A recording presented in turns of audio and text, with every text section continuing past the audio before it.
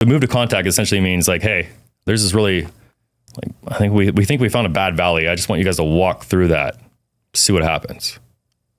And once you get shot at, we know it's a bad valley. So it's like a move to contact. We're like, cool, like let's just go fucking be guinea pigs and we're gonna walk through this valley. And then I guess you guys will know if it's a bad valley when we start getting fucking shot at. So that's a move to contact.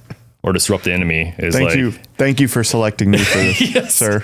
Oh, cool. Yeah, I'd love to go do this. They make it sound cooler than it is. And Yeah. you're like, yeah. Or you're just a canary in the fucking mine shaft, right? You're just like, oh, this is great. Oh shit. All right. No, I'm dead. Because if they called it that, people probably would be like, fuck no. Oh, yeah. Right. Or you're going to go do it anyways. Cause that's what you signed up for. Yeah. Or like disrupt the enemy means you're going to be put in a bad spot and you're going to disrupt them by them shooting at you. Right. Welcome to Broken Perspective Podcast, where we challenge beliefs, learn from others, and aim to be better people. My name is Colby. And I'm Jeff. Today we're doing a special Memorial Day episode to honor those who sacrificed everything. And what better person to help us do that today than our good friend, Paul Miovas. Paul served in the United States Army from 2004 to 2007. He later joined law enforcement to continue his service at home, which is where the three of us met. Today, Paul is here to share a little bit about his military experience, but also share some personal stories about the men and women who served beside him. Before we jump into all that though, gentlemen, what are we drinking? Ooh, today we have the Numb and Number classic spinoff of Dumb and Dumber, a great movie, and that's from Fall River Brewing, which is up in Reading. So it's a double IPA. Thank you. Let's try this. Now, if you're going to fit into the tradition of this show, you're going to do an awful pour. Oh, okay. Yeah. Oh, yeah. We've all taken our turn. See who gets the best pour here. On the floor, so that's good. You're all right. There we are. I'm actually getting pretty good. Yeah, perfect amount. Not bad, but Oh yeah, that's classic. That's commercial-esque. I've seen better. But that's pretty good right there. All right. Cheers, my friend. Appreciate it. Absolutely. Cheers. Thanks for coming in. Cheers. Absolutely. All right, everybody can get a sip, and then we'll begin. Fantastic. Well done. I like it. I always feel a little bit bad for the people at home because they got to sit and like wait for us to enjoy our nice, tasty beer. But it's so good. It actually probably makes us our communication a little better. Yeah, I think so. Although they could be drinking at home too while they listen to us. You're welcome to do it. I know if I was at home listening to us, I'd probably have to drink. 100%. Yeah. All right. Well, cool.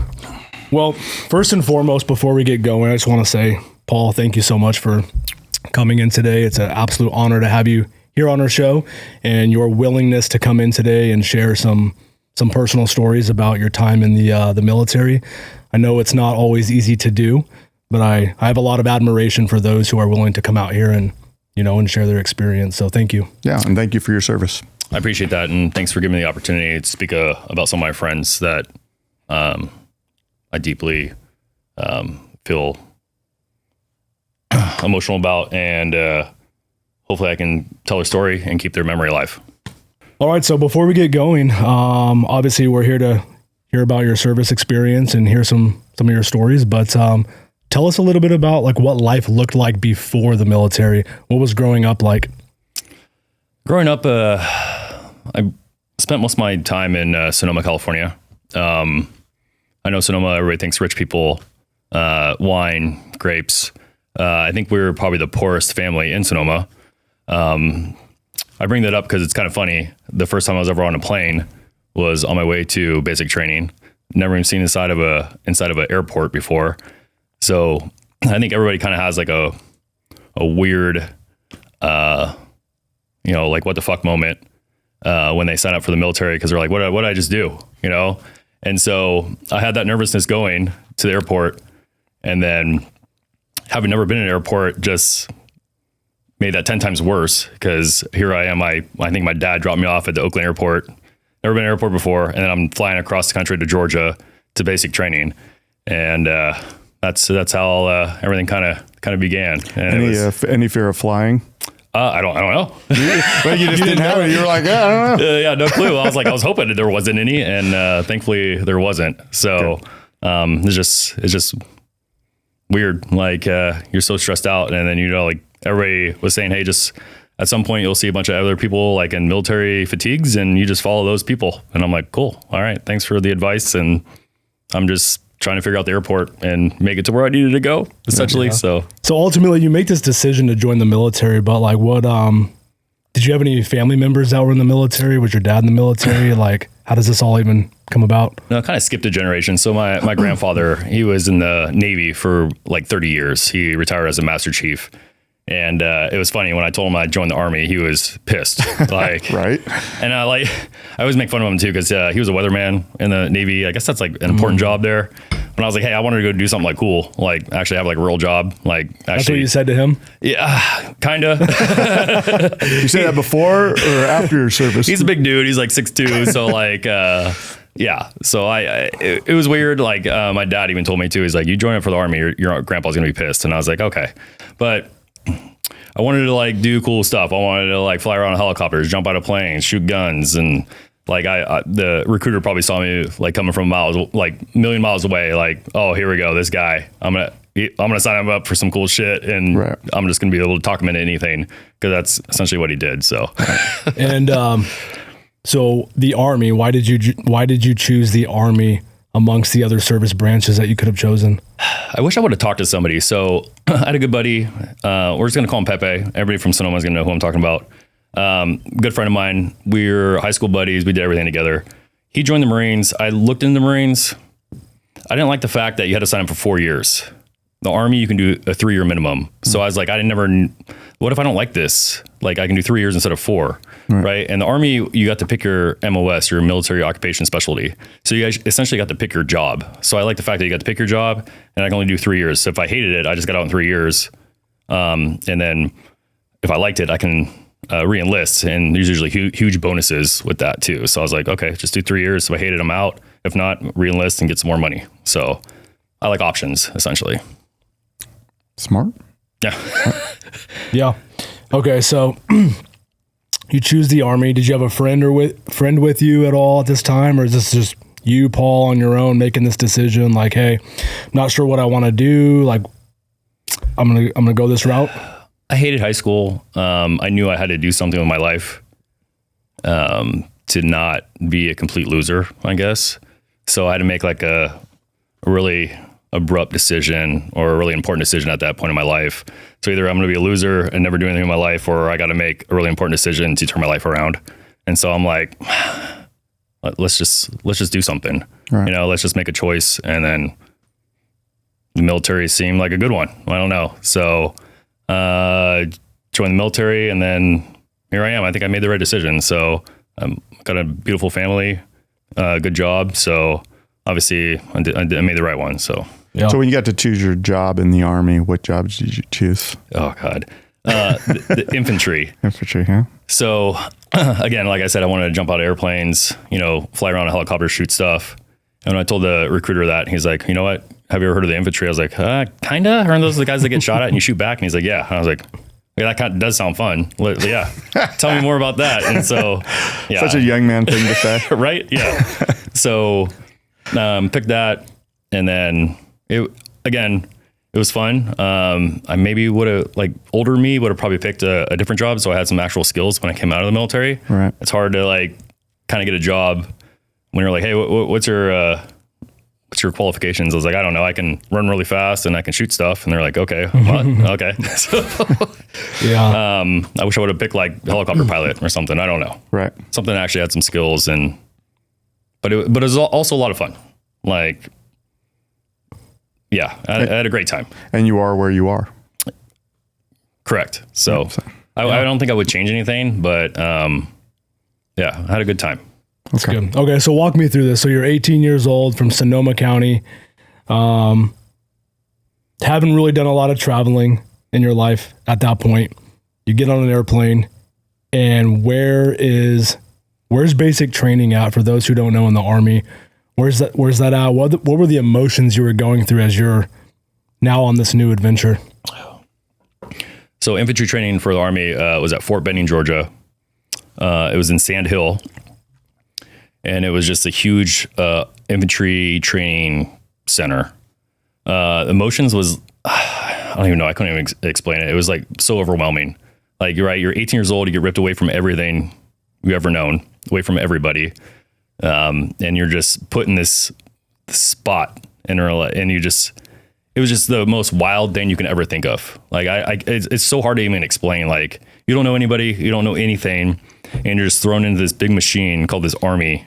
And then you're expected to just figure it out. It's wild to even think about, and it's like hard to explain to like people that haven't lived it. I don't even I can't even have I don't even have the words to explain it. Right. So you get there, and where do you first go? Like, what does it look like? Do you go check in somewhere? What is the environment like? So it's called like a replacement company, and you wait to go downrange, we call it.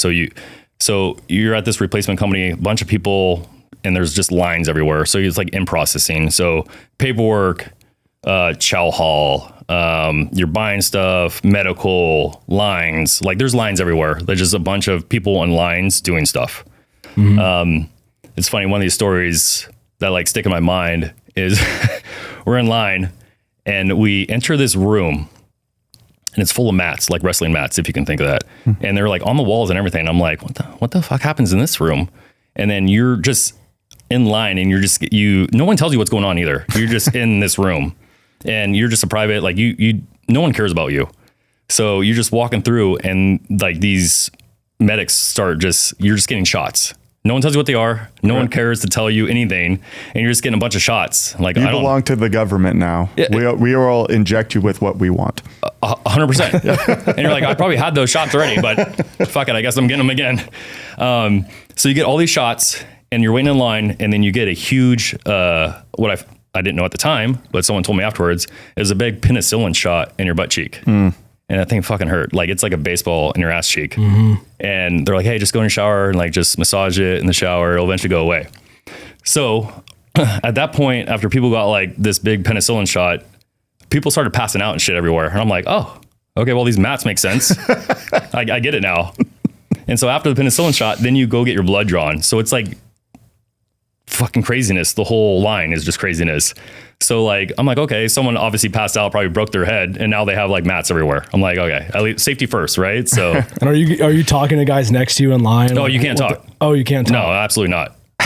So otherwise you guys would collaborate and be like, this is stupid. Let's fight our way out. Or you get smoked. Like, do you think that's intentional? Like, everybody just follow in line, shut up, don't ask questions? That was everywhere. When you're a new private, you don't talk. You just shut up and you do what you're supposed to do. And if you're talking, you're getting smoked. And getting smoked means like you're doing push-ups, you're running, you're doing jumping jacks, and you're just a private. You're nobody until you prove yourself in the Army. So you just shut up and you try to stay awake, and you're just in line. That's literally all you do.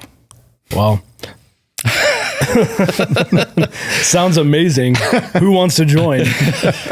So tell me about the first like 48 hours. Like, what are some of the emotions you're feeling? Are you feeling anything like, what the fuck did I just sign up for? Like, what does that look like? 100%. What the fuck did I do? Was this the right decision? Loneliness. Like, you're like, I almost describe it, since I know what it kind of looks like working in the jails, it's just a bunch of bunk beds in this huge like warehouse. And you're just in there and you're like, I don't know, top bunk, bottom bunk. And you're just like in this room with a bunch of people. And then like they have certain times. Okay, chow. Okay, never mind. You know, everybody is going to this room to do paperwork. And you're just like shouldered around like a bunch of cattle, essentially. Right. And yeah, the realization like, fuck. Like, it constantly replays in your mind, like, did I do the right thing? I don't know. Yeah. But again, it pays off in the end, man. Like, I would never take anything back, but it's an experience for sure. So how long is basic training? Oh man, I'm probably gonna get this wrong. I want to say the Army guys are gonna tear me apart on this one. I want to say like 3 or 4 months, and then you have AIT right after that, which is like a accelerated training just for infantry. Okay. So that's another couple months. Man, someone's gonna tear me apart. Don't tear me apart. And then I joined in a long time ago. It's been like 20 years, so don't tear me apart. But it's usually people have basic training and then they have a break and then they go to AIT. Like, I remember we had basic training and then we graduate and they said, okay, take a step forward. Welcome to AIT. So we went right into it. Like, there was no break at all. So, yeah, it was Okay. It was a little crazy. So you go through basic training. I picture the only thing I can relate it to is like kind of an academy for the police department experience, like a lot of PT, you know, you're learning some things, learning the culture, kind of getting yelled at, trying to be taught to look out for one another. Is that kind of a similar experience? Sure. Yeah. I mean, you learn a lot of like basic stuff. Like you do a lot of shooting. I guess it kind of depends on your job, right? Your MOS. Like I was infantry. We do a lot of like moving under contact, a lot of shooting, like anything to do with like getting shot at or shooting. Like we did a lot of medical stuff, grenade throwing. Like there was a lot of just anything that had to do with combat is what we were doing. Like we did bayonet drills. We were like stabbing stuff and like doing chants, like what makes the green grass grow, blood, blood, blood, you know, like it was like very, very, very weird. Now that I look back at it, but like you're 18 years old, you're like, this is the shit, you know, you're like all about it. So road marches, lots of road marches, like your feet are like falling apart road marches. Like I think it ended with like a 25-mile road march. And if you ever walk 25 miles, it fucking sucks. Yeah. Doesn't sound too exciting. No. Anybody that, I mean, you obviously probably come close with several people during that time. Any funny stories from people that you, during that time? Well, it's funny too, because you're broken up by alphabet. So all the M's were together. So it was like me, a buddy of mine named Mackin, who I'm still friends with on Facebook, and this guy named Middleton. So we had like this bunk, and we're like all the M's were together, right? So I'm guessing like everybody in the alphabet were all kind of close with each other, right? So I was close to all the M's because we kind of like held it down over there in the corner. But there's always like some joker in the bay, right? In the barracks. There's this one dude who would always sneak away. I have no idea how he did it. He would go to like a vending machine and he would get fucking like Snickers, like all kind of shit. And he would sell it to all of us. Like he would be like, hey man, like he was always trading shit, and he would be hiding stuff up in, like we had like a false ceiling like this where he would like hide shit up in the ceiling. Man, it was wild. At one point there was this guy who decided, we're towards the end of basic, and he decided to get chocolate milk from the chow hall, and the drill instructor was like, oh you want chocolate milk? And he made him like drink chocolate milk till he threw up. Like it's just wild. Like it's so hard to explain to like a civilian that has never been to the army. Like they don't give up. Yeah. They don't give a shit about you. And there's a reason why they do that. They want to build you up. They want to break you all the way down and build you back up as a better person. Right. So I get it looking back, but man, when you're living that and you're like, holy shit. And they like make you chug water every day. Like your canteen has to be empty. You're running like, there's a lot going on all the time, like nonstop. Fire watch, people waking you up. You get mad if they wake you up 10 minutes early. Right. Like there's always this like the rotation, like someone always has to be awake. And then, oh man. Yeah. Who was the drill sergeant that stood out? I remember Drill Sergeant Cotton. I actually remember his name, which is weird. He had this like crazy reputation. Sorry. Supposedly he'd been to Iraq already. He came back and now he was a drill instructor. And then like, I have no idea if this is true. This is just the rumor that was going through all the recruits. It was like, he was in Iraq and he's going through like these ditches or these culverts or something, and he had a shotgun. And he just blasting these fucking guys and with a shotgun, and we're like, holy shit, this guy's crazy. And he would act crazy too. Like he would be looking at you, and I'm like, damn, this guy's fucking insane, dude. Like the way he would look at you, I'm like, man, I would never ever want to mess with this guy ever. So that's so weird. I just recalled his name like that. Yeah, Drill Sergeant Cotton. I remember him. Man,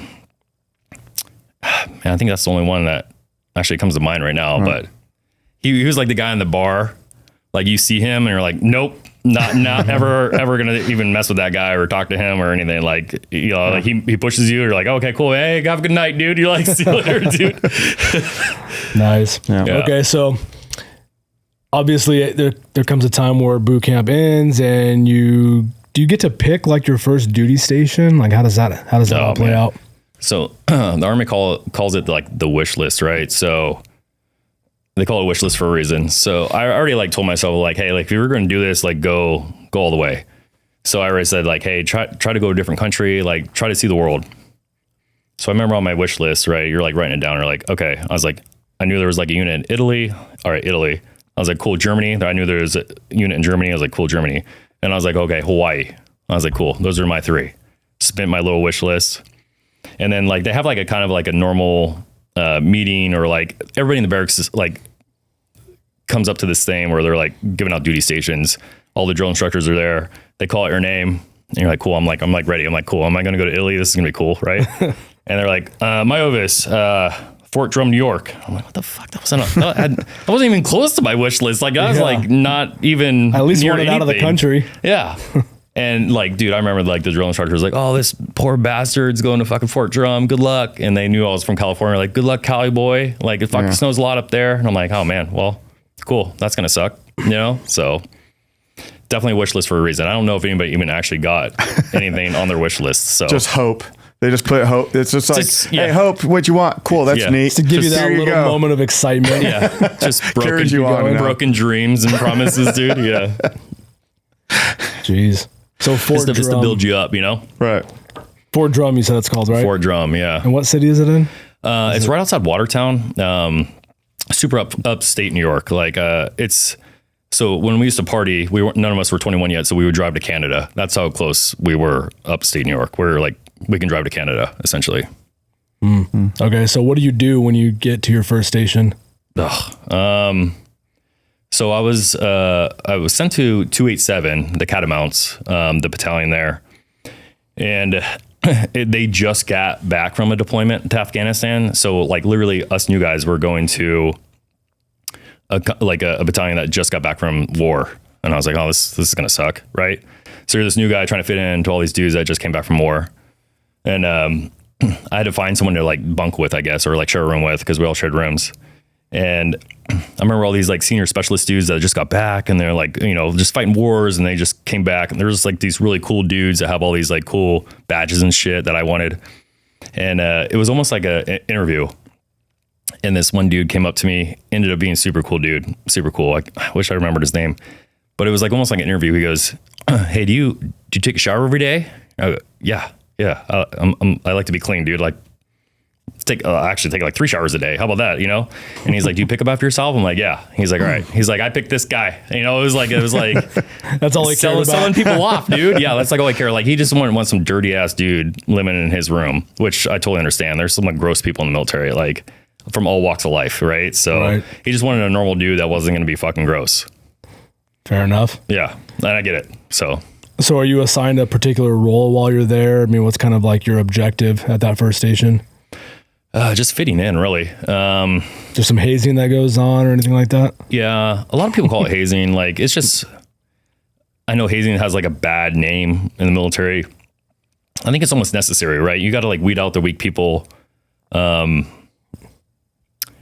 just like, people have to know if you're about it, I guess. Like, right, you're in infantry. You're going to go to war with these people. You got to like make sure that they can actually take, I don't know, like some criticism. Like, are they going to be there when bullets start flying? Are they going to be able to like go in under fire to like hopefully carry you out? Like, are they going to like cry when you fucking make fun of them? You know what I'm saying? So yeah. I'm okay with some hazing. Like, and I get the game, right? Like I remember there's this one sergeant, he took it a little too far. I get it, dude. I'll like crawl through some puddles. Like I remember he had us one day. It was like me and like another dude that were brand new in this platoon, and he like kind of got off on it, I guess, a little bit. But he had us like low crawling, and when I mean low crawling, you're like supposed to be like your head's on the ground and you're like low crawling, like you're in the dirt. And it was like it just got done raining. He had us like low crawling through like mud puddles and shit, and push-ups, like you know. Burpees, like anything you can do to like fuck with someone, which I'm fine. I can play the game. And then he like went a little off the handle and like started like really talking shit to us like personally. I'm like, whoa, this isn't part of the game. You're like attacking me personally. Like I'm not about that. And then he like made some comment like, oh, do you want to take it to the wood line? I'm like, yeah. You're giving me a chance to like fuck you up? Yeah, I'm 100% all about that, dude. And then like I started walking to the wood line, and then he's like, no, we can't do that. And he kind of like bitched out in front of everybody. And I was like, okay. Like he obviously isn't about it. Right. So that I kind of earned some respect in front of everybody because like almost like the whole platoon was out there. So I don't know, like either be about it or don't be about it. I don't know. Right. Like so he didn't really fuck with me after that. So that was kind of nice. Yeah, but are you it probably also, like you said, earned you some kudos because he's like, oh, some people be like, no, sir, and just cower down. You're like, that's not the dude I want to go to war with. Yeah, 100%. And also, like, I'll play the game. Like, I went through the mud puddle. Like, I went and got smoked. Like, I get that part of it, but like, don't disrespect me personally. Like, right. There's a fine line, and if you cross it, then I'm not going to play your game anymore. So let's talk about the first time you get deployed. Tell me about that. Getting deployed. So I joined a reconnaissance unit at some point during Fort Drum. And this reconnaissance unit is supposed to be really cool. Supposed to be? It was supposed to be a lot cooler than what it was, I guess I would say. It was supposed to be it was RISTA. It was a RISTA unit. So it was a reconnaissance, surveillance, and target acquisition team, or I guess unit. I joined that. I was kind of bored with the line unit infantry guys. I think my staff sergeant knew that. So there's this like first sergeant that was going around like trying to recruit guys. I just got my expert infantry badge as like E2, which is like super rare. Like I think only like 10% of people have this EIB. EIB. Expert infantry badge. Sorry. Gotcha. There's like 30 something different things you have to do to get this EIB. Then you have to do like a physical fitness test, qualified and expert, like a bunch of shit. And then like, I think the hard one was like, you had to do a 12-mile road march under 3 hours with like a combined 70 pounds of weight. So essentially you're running the whole fucking 3 hours to make this 12 miles. So we did all that. I got it as an E2. And I think only one other guy in my company got it. And so I go to this meeting, I see him and he's just like stacked, dude. At least first sergeant, he's fucking a poster child, every single badge ever. And he's like, holy shit, like this E2 has an EIB. So he picks me up. I get on the recon unit. And then during the deployment, we go to Afghanistan and it's just, it's wild. Being shot at, and like living through like an engagement is fucking insane. And it like is a lot of fun actually. Like you really feel alive. Like unbelievably alive. Like there's nothing that can ever amount to that excitement. Yeah. But also probably the saddest fucking time I ever had in my life. So why do you say that? The funnest shit ever. And also like watching my friends die was, so it's like the highest high and the lowest low was the deployment. Right. So there's a lot that happened in there. And I was like, we were deployed for like 16 months and that was the longest fucking 16 months of my life. So. Now, did you know you were going to Afghanistan for your first deployment? Yeah, at some point they like told us, I think it was set up from the beginning. Like they stood up this whole unit just to go to Afghanistan. And this whole recon unit we set up was new. It was like a new concept. So they're like recruiting people and they were doing like a bunch of different stuff to set up this whole unit that like stood up a whole battalion just to go to Afghanistan. So. Did they give you any sort of intel as to what the conflict was at that time? Like what the landscape looked like? Not really. We all knew it was Afghanistan. We're going to be in the fucking mountains. And I remember there was like some video they showed us of like some special forces guys getting absolutely destroyed at some point. Like I think we intercepted like some Taliban camera footage of them just destroying some like special forces dudes. And they were like, this is where we're going. I was like, fuck, dude. Like they destroyed some, like, we're just normal fucking dudes. And they just killed these special forces guys. I'm like, oh man, oh man, I don't know. Like, right. So, was I nervous? Of course, you know? So, and I'm just like, I don't know, maybe I'm 19, 20 at the time. So like, I don't have any life experience, dude. I don't know what the fuck I'm doing. So then they're like, all right, cool. We're going to go. And we're off. And we're just in this fucking big old plane. We get to some fucking random ass Tajikistan or however the fuck you say it, Air Force Base. And then we hang out there for a minute and then we take like a C-130 in Afghanistan and then we're there. It's just wild ride, dude. Right. Can you tell us about some of the people that you were with? Some really good people. So some of the people I want to talk about was definitely my buddy Patrick Liebert. He was a staff sergeant at the time. Great dude.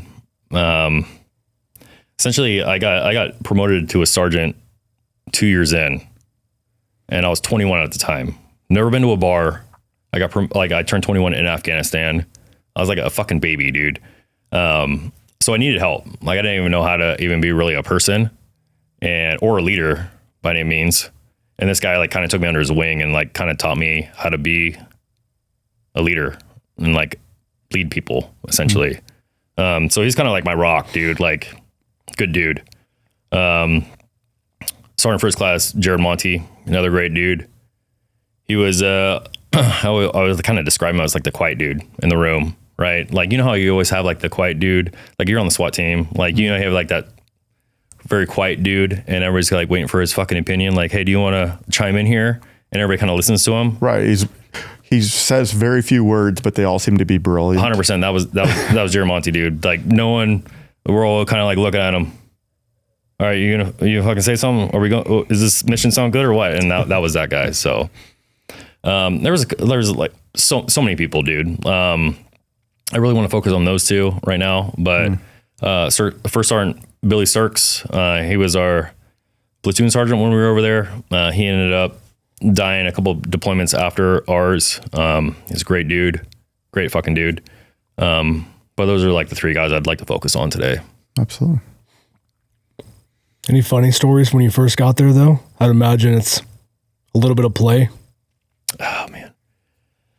Oh, funny stories, dude. Anything with alcohol? We'll see. So a lot of drinking going on? We talked about one time in one of our previous episodes about like my wife, when I went to the police academy, she was like, I came home probably like a month into it, and she was like, I just don't understand how so many heterosexuals can get together and act so gay all the time together. I imagine the military is that like times 5. There's a lot of gay shit that happens there, but it's not gay if you don't look at each other.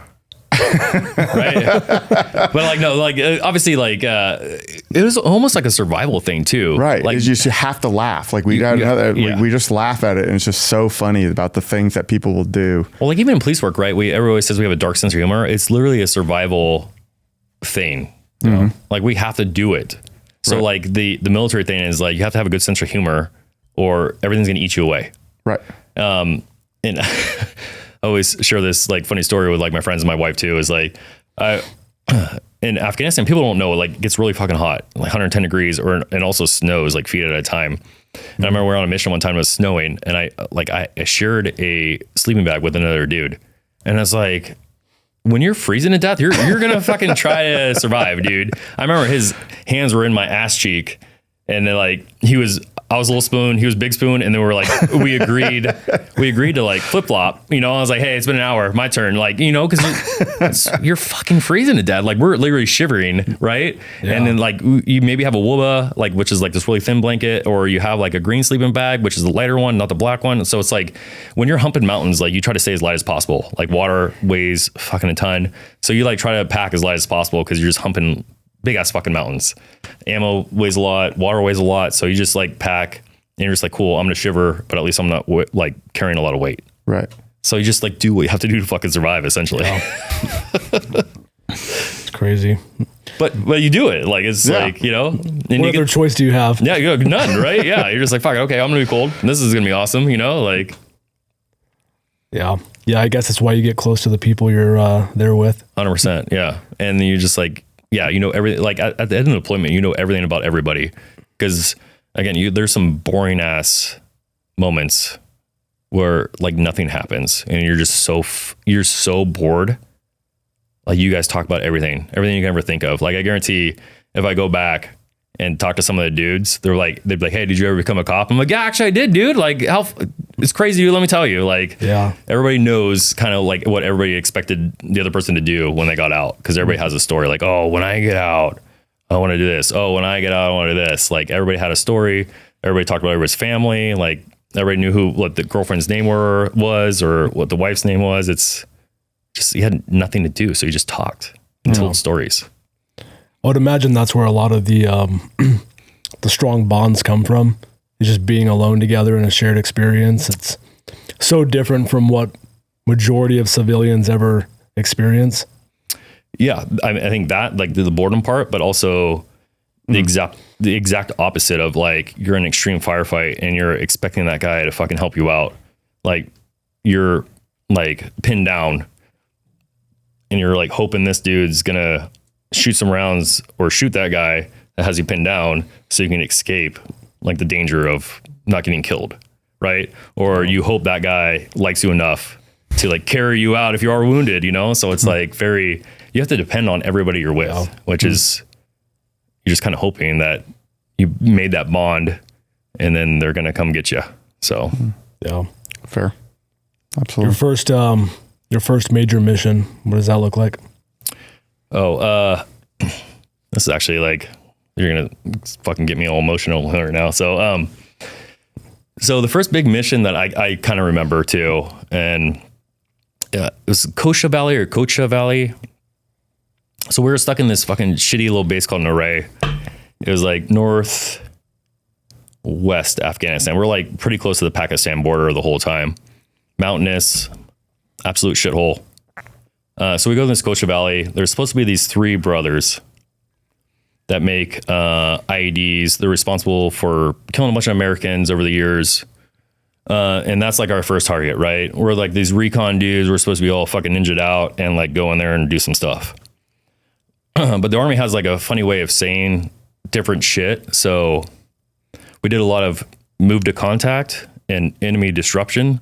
So move to contact essentially means like, hey, there's this really, like, I think we think we found a bad valley. I just want you guys to walk through that, see what happens. And once you get shot at, we know it's a bad valley. So I was like, a move to contact. We're like, cool, like, let's just go fucking be guinea pigs and we're going to walk through this valley. And then I guess you guys will know if it's a bad valley when we start getting fucking shot at. So that's a move to contact or disrupt the enemy. Thank you for selecting me for this, yes. sir.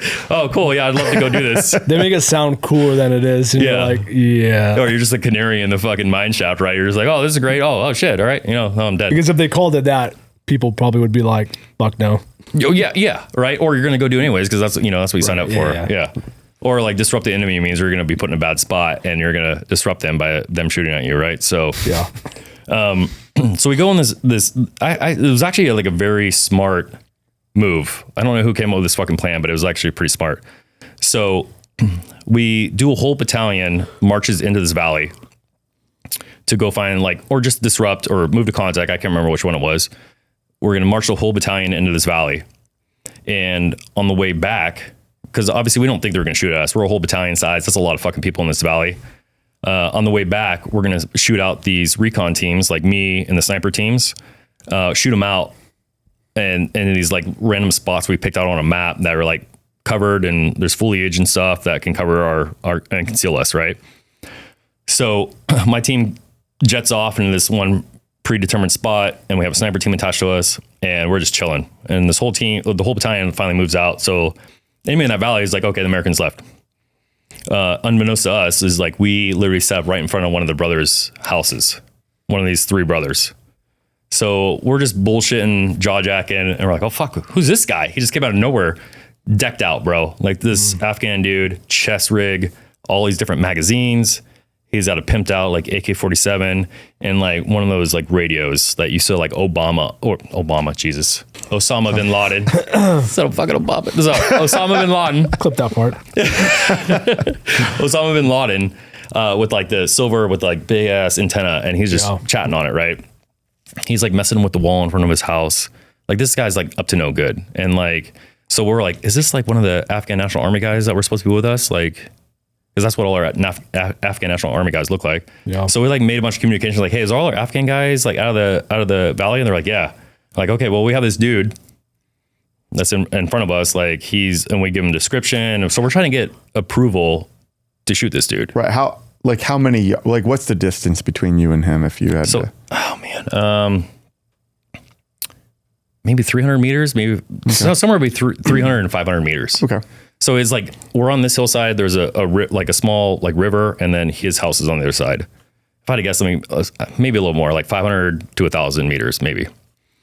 So he we're trying to get approval to shoot this guy. Like, he's obviously up to no good, and he's just messing around. You can hear him. He's obviously talking to all the other people in the valley. So the government takes forever to do anything. So we're doing government shit, and we finally get the green light to shoot this guy. So one of the sniper guys takes a shot. He shoots him, and it's fucking not as glamorous as I thought it would be, right? So this guy goes down. I think they shoot him a couple more times, whatever. So we go across the river. We go to search this guy. But as he's like laying there dying, he's like calling for his like family who's inside the house. I think his wife comes out. I want to say his kids come out too. But I don't know. Maybe I blocked that out enough. I don't know if I remember his kids coming out or not. I think they were. And they like get him a bed and shit. And he's just fucking dying, right? It's like, I want to be sad for him, but I know he did a bunch of fucked up shit. So he's laying there dying. We search him, and he has like fucking stacks of American cash on him like this. And then you got to remember, we're in the middle of fucking nowhere, Afghanistan. Like, obviously he's a bad dude. Like, no one has cash on him. We don't even have cash on us like that. Like, right. So he's a bad dude. He dies, obviously.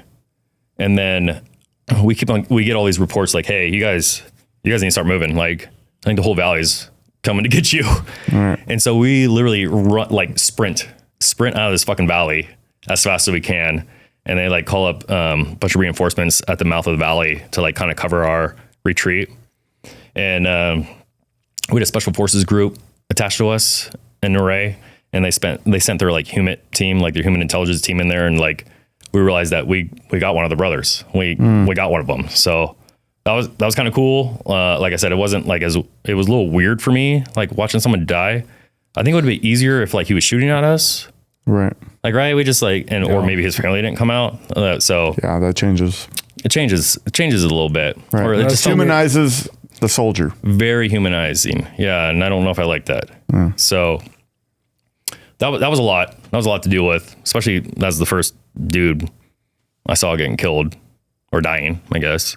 Yeah. So that's kind of a lot to take in. And yes, right. Yeah, and I imagine they don't have like you guys don't have time to sit there and debrief and even process that, right?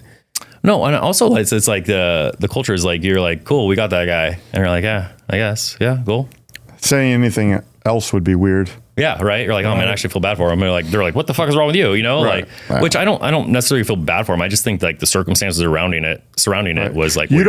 I mean, bad guy, dies, whatever. But it's like when you know that their kids and wife watch it, it changes a little bit. It humanizes it, and you're like, yeah. Like that was the only person I felt bad for. Be on the battlefield by yourself or something. I don't know. Yeah, come at me with some like face paint and like, shooting at me. I'm like all day, right? But this guy, like, it almost felt unfair. Yeah, but again, like he, like I justified it to myself. Like this guy killed a bunch of Americans. Sure. And he'll later on, I'll talk about something else that happened. Is like they kind of got us back a little bit. So later on, so yeah. So what else is Afghanistan like? Like I've never obviously been there. I have very little. You should go. It's beautiful. Yeah, I bet, right? Sounds fun. Like I'm just trying to like. I always hear stories from Afghanistan. I've done a little bit of like watching the news and whatnot. But like, what is life like there? Is it different? Do you think from what you guys see from your military experience, or like what is your like if you had to describe Afghanistan and some of the places you've gone there, what is it kind of like? Oh man, it's so remote, I guess is the best way to describe it. The most remote parts we were in like the Hindu Kush mountains. Like we were so far removed from everywhere. Like we drove through some of the big cities. And it was like somewhat normal. I guess if normal is the right word to use. We were so far in the middle of nowhere, Afghanistan, that like people were living in mud huts with rocks, still kind of like defecating in holes, right? They bathe in like the river. There's no like electricity anywhere. Like someone that had a generator was like big pimping, you know what I'm saying? It was like so remote in some of the places too that we had a black guy in our company great dude. I remember we went to a super remote area, like I think it was in like Nuristan province, and I was talking to the interpreter after he talked to some of the locals, and I'm like, what are they saying? They were like all like jazzed up, right? And I was like, what was going on with that? What was going on with that conversation? He's like, oh man, Grant was his name. Is like, this guy is going to be the talk of the town for the next fucking decade. They've never seen a black guy before. That's like how far, like if you even think about that right now, that's how far we were removed from like society. That they think this guy's a fucking alien right now, right? Just because it's a black dude. And it was just so wild to think about that. Like that's so how far they were removed from anything. Right. And it was just, that just cracked me up. I don't know why, but yeah. And we told Grant that, and he started laughing so hard. It was just like, I don't know. I think that was like the funniest. And again, we were like so bored. That was like the funniest thing. And we talked about that for like a month. It was like hilarious. So Korengal Valley. What can you tell me about that? Oh man. That's probably one of the more crazier places we went. The Korengal Valley. If anybody that went to Afghanistan knew about the Korengal Valley, if you want to learn about the Korengal Valley, there's this movie called Restrepo. Restrepo. Great documentary. I think that Restrepo is the name of the medic that died there. It's great documentary, great movie. That place was probably the most fucked up place I've ever been. It's definitely the place I felt like I was hunted instead of doing the hunting. And that's like an eerie feeling when you're the one being hunted. So we were there to help out the unit that was assigned to that valley. And it was like a overall, like a bunch of people flew in there. Like a bunch of Americans were dying in that valley. So they flew in a bunch of us, our recon team, I think a Marine team, which is super small world. Like I said, like from Sonoma. So my buddy, Pepe, who was in the Marines, like I said, he was actually on the same mission in the Korengal at the same time I was, which is a super small world. Small world. Cool. Did you know he joined the military or? Oh yeah. Oh, okay. Both of us out of high school, we joined the military. Oh, gotcha.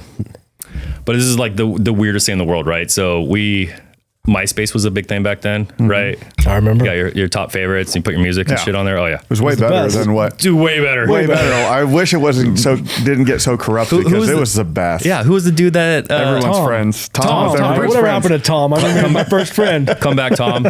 We love you. Tom was way better than Meta. Let's recreate that, but safer and better. 100%, dude. So better. 100%. Did Tom come back, Tom?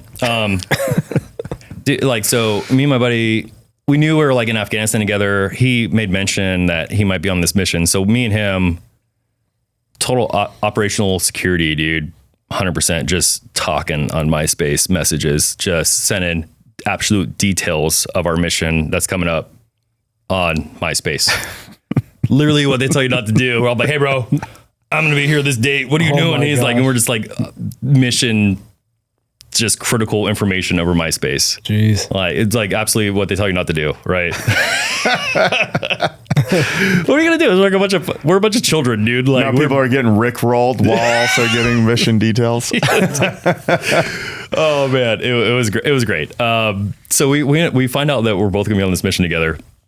2 Sonoma kids halfway around the world fighting the war on the same mission, just wild to me. And at this point, like a while ago, we like cleaned out a Connex box on an array, and I found a bunch of trip flares. And I'm like, why are we not using these? These are probably once I read the instructions and shit. Like obviously I know how they work, but I'm like, let me read the Army instructions, right? Which is like absolutely nothing. Just like pull the string out, like fucking someone trips over it, and this flare goes off. I became in love with trip flares, and I don't know why more people don't use them. So like anytime like my team went out, we set up trip flares everywhere. I don't know why more people don't use these. So, and are these like warning devices or what are these? Yeah. So essentially like you pick a spot, like ingress route where like people would come in, right? Like an entrance to like maybe your patrol camp or your hide or whatever you got going on. And then they would essentially trip over this wire and it would shoot off a flare. So it would give you like an early warning system. So I found this whole big old box of them, and I'm like, man, I'm taking all these. And I started using them everywhere. Every time my team went out, like we set up trip flares everywhere, and it was kind of like my thing. So in the Korangal, because there's this like rumor that these Taliban guys were so good because they've been living in these valleys forever, like generation after generation after generation. Like, right, they knew every stick, stone of these valleys. And we were just like some visitors just walking through. Right. We don't know where the hell we're at. This guy's like, oh yeah, I threw a ball up there in 1970. You know, like I don't know, right? So there's this rumor that they're like all these Taliban guys would like sneak in these patrol bases and start killing all the Americans. So I believe that, right? I had no reason not to. So I set up like 1 billion trip flares in the Korangal because this is supposed to be like the worst area ever. So one night, one of these trip flares go off, and we fucking shot so many rounds to where this trip flare was. Like, it's like the scene in The Predator. Oh, dude, yeah. They're just mowing down. If we had a the minigun, forest. it'd be like, yeah, dude. Yeah, 100%. You did it like that. Yeah. So many rounds. And this poor fucking cow got annihilated. This cow had no fucking chance. So this dead cow just hanging out. Just rest in peace, Mr. Cow. So I mean, it served its purpose. Worked. Yeah, that cow was not sneaking up on us. We destroyed that cow. So that was kind of like the start. I think that was like the first like 1 or 2 nights this cow like tripped one of our trip flares and then just destroyed this cow. What's funny is that like the guy who owned that cow actually came and tried to get a payment for it because we obviously killed it. So it was kind of funny. Yeah, I would imagine.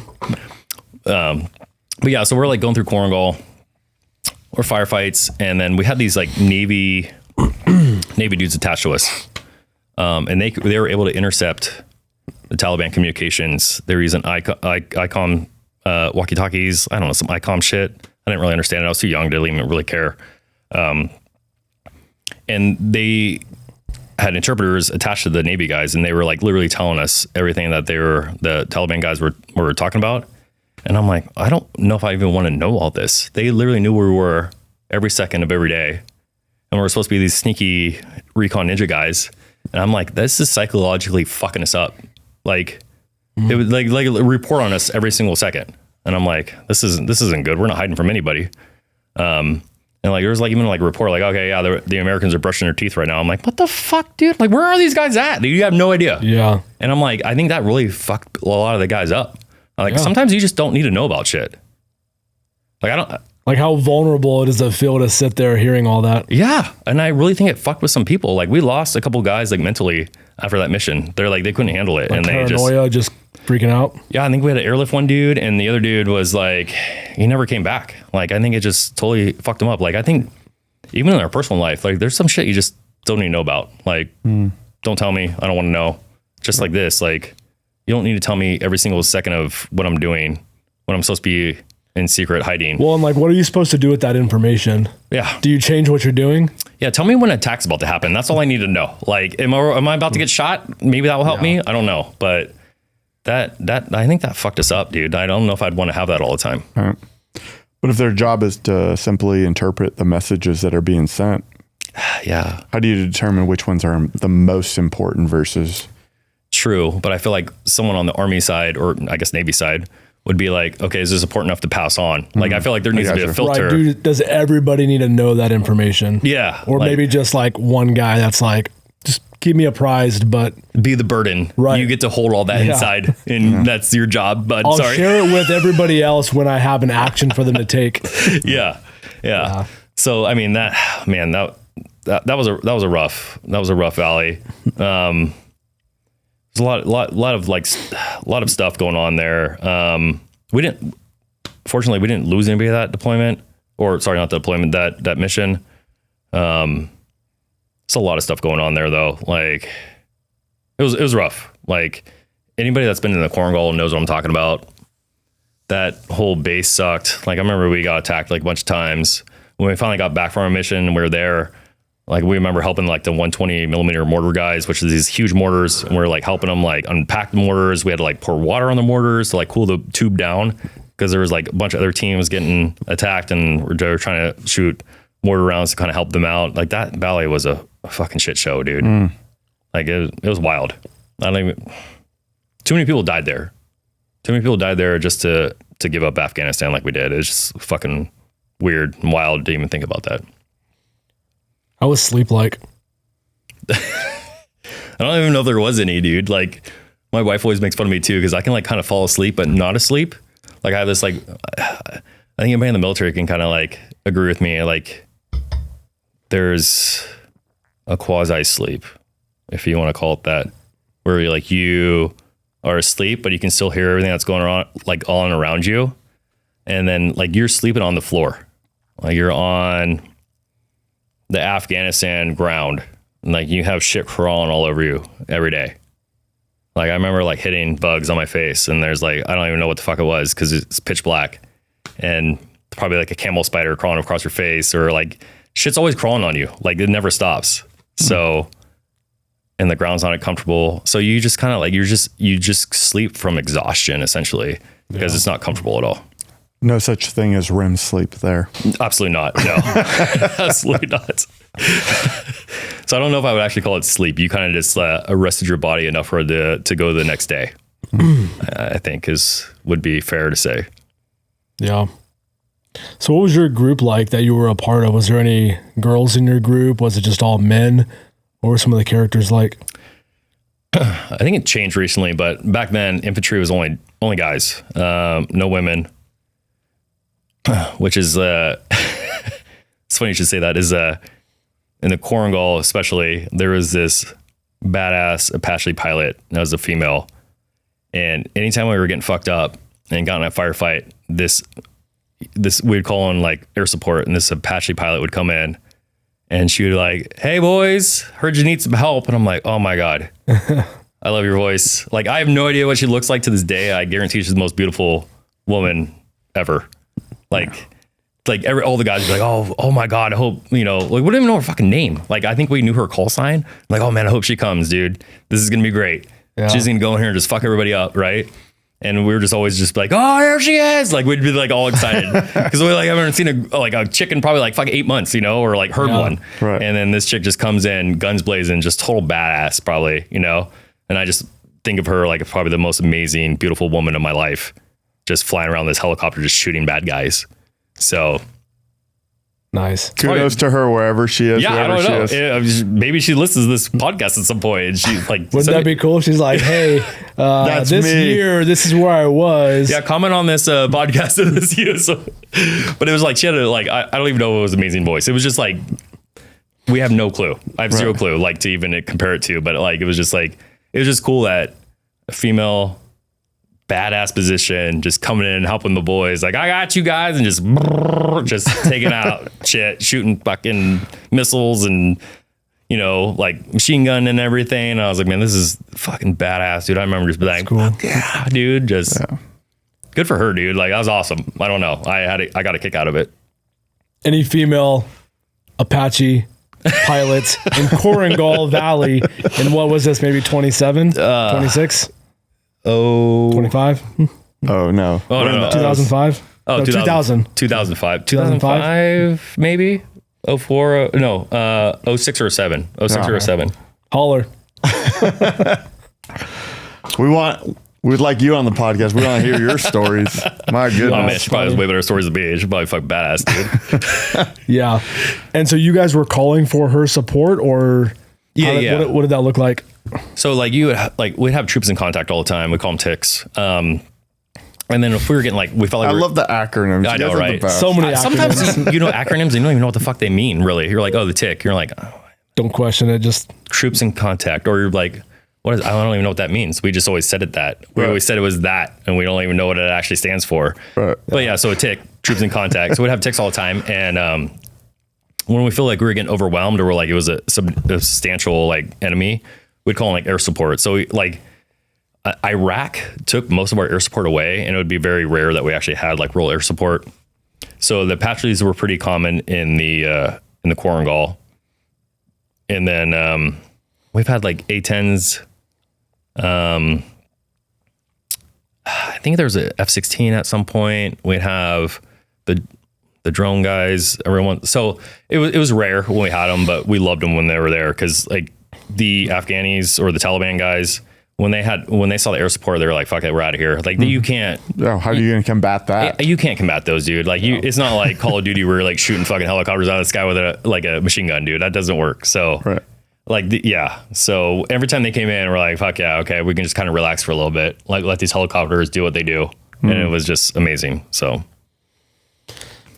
what was it like when you finally returned from that valley? Well, the one thing that sucked too is like, so we're going to like the most dangerous valley in the Korengal in all of Afghanistan. Well, it was dubbed one of the most dangerous valleys in all of Afghanistan. And then my 2-week leave to go back home, because everybody kind of got like a 2-week leave, was right after the Korengal. And I remember thinking like, I'm going to get fucking killed before I go on my 2-week leave. Never been to a bar before. I just want to go home and have some fun. Like I just turned 21. I remember drinking like a non-alcoholic Coors for my 21st birthday. I don't know, some random fucking base somewhere. And so like, I remember just like, I hope I don't die. I don't want to die like on the Korengal mission so I can go home. So I didn't, thankfully, obviously. So I took a helicopter from like some mountaintop in the Korengal and we got flown back. It was like, I think it was me and one other dude from my company got flown back for leave to Bagram. And Bagram Air Force Base is huge. And so me and this other guy looked like absolute dog shit. Like, I don't think we like showered for 3 weeks, haven't shaved, like absolute dog shit. Stinky, and you're sweating the whole time. Like, it's like, I don't know if you guys ever heard of prickly heat. Like, it's like you sweat so much, like the salt in your sweat starts crystallizing in your pores. And it's just like, it like itches and like, it's awful. So anyways, that's a little too much information, but we look like shit, never showered. And we're like landed in Bagram and everybody's just, it's the happy town, right? They're an Air Force Base, huge one. These support people, I call them, they got hot showers every day, hot chow, salsa night, every single amenity you can think of in war, these people have. And me and this poor bastard just walking through like the main strip of Bagram, just looking like a bag of ass. And I remember like we were walking by in this I want to say either Air Force girl or Navy girl, man, beautiful. She was wearing some perfume and man, that fucking hit me like freight train. And I was like, holy shit, that smells good. Like, I don't think I've smelled perfume in probably close to a year. And I was like, man, it kind of like brought me back to like, there's a life, there's something else besides war. And I was like, holy shit. Like, it's weird how like smells kind of bring you back, kind of ground you. And I was like, damn, okay, here we are. Like, I'm going on leave, motherfuckers, you know? Like, right. I was like, thank God, dude. Like, life came back after like I went from fucking getting killed almost every day to smelling this girl's perfume. And I think that's what snapped me out of it. And like, well, I'm going home. This is fucking cool. I'm going home for at least 2 weeks. It's got to bring a whole new sense of like appreciation for the life that you had prior to leaving, right? Like the perspective in your head had to have changed so much. From being this small town kid from Sonoma County to the middle of nowhere, fucking Afghanistan, not showering. You started out showering, what you said, 3 times a day, to showering once in like a matter of months. Yeah. I mean, you got to shower in the morning, got to shower after your workout, and shower before you go to bed, right? It's 3, always. Sure. But yeah, to like fucking being dirty and gross, dude, all the time. Yeah, and just, oh man, perfume. Like, you never thought it would be like something that simple. It just snaps you right out of it. Like, right. But I'm sure people that have gone through it, that's relatable. When something you're like, oh, I've been without that. Yeah. Or just seeing a girl. Like, or hearing a girl. Oh, that's what you look like. Oh, wow. Or hearing a girl. Yeah. So this is your first major break. You get to go home, right? Yeah. You get to go home. You arrive back in California. Yeah. And you're looking around. That's got to be a weird feeling, like seeing some of the people you just graduated with. So weird, dude. What they're doing, what your family's doing. So weird. Yeah. My dad picked me up. My dad was pretty like consistent with like picking me up and buying me plane tickets and doing dad stuff. He was there, picked picks me up, and I go home, and I'm just, you go from like a mountaintop almost getting killed to be like being in a fucking car with your dad, and you're driving through Oakland, which is, I don't know, you maybe get fucking shot there too, right? I don't know, maybe I should, right? I don't know. That's still kind of the same. Wouldn't it be crazy? You go to Afghanistan for several months, you get home for a quick break, and you get shot in Oakland. What a story that would be. I haven't worked there. Yeah, it's definitely impossible. So I get home, and it's just like very uneasy, I guess. And whatever, you hang out with your friends, you kind of like try to fit back into life for a little bit. And it's like, you think like life paused, right? You think it's like, cool, I'm leaving, life paused. Cause you paused essentially, cause you like left life for a minute, and you're like over here in Wonderland, Afghanistan. And then you come back to it, and you realize that everybody kept moving forward, and you kind of just stopped. And it's like a weird feeling. I was going to say, is it even relatable? Like when people talk about their things, like your things versus their things, you're like, are we so different? Like how does in the past that we've gone? It's like, oh, I'm going to community college and I've done this, and you're like, neat, that's cool. This is what I've been doing, and you're like, eh. Yeah, I mean, all my friends were kind of pretty supportive, but it is hard to like relate, right? Because I'm just like, I don't even know what I'm doing here, right? Because like you're just trying to fit into being a normal person again, and I don't think you are. You're not, right? Especially after like you're just there for 2 weeks. I don't even know how you even like normalize yourself for 2 weeks and then go back, right? Like what are you even doing? I don't know. Yeah. Well, I mean, I think the world looks different when you've taken a life. It just looks different. Like, or been shot at and survived. Yeah. And, It's just, it's hard to explain what that is. It's kind of like, the way I try to explain it is like when you stay up all night, and then you're like driving as the sun, it's already rising. You're like, this all feels weird and different.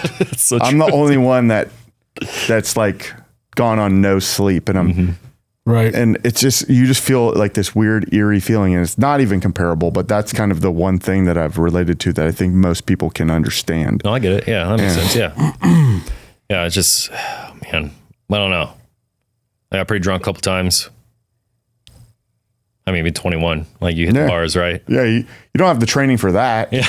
You go full go. Yeah. I wasn't good at that. I'll tell you that much. I was not good at getting drunk at the bar, because that was the first time I was being 21 and in the bars, which led to a little bit of trouble. I don't know if I want to talk about that, but, my buddy, Nick, it's your fault.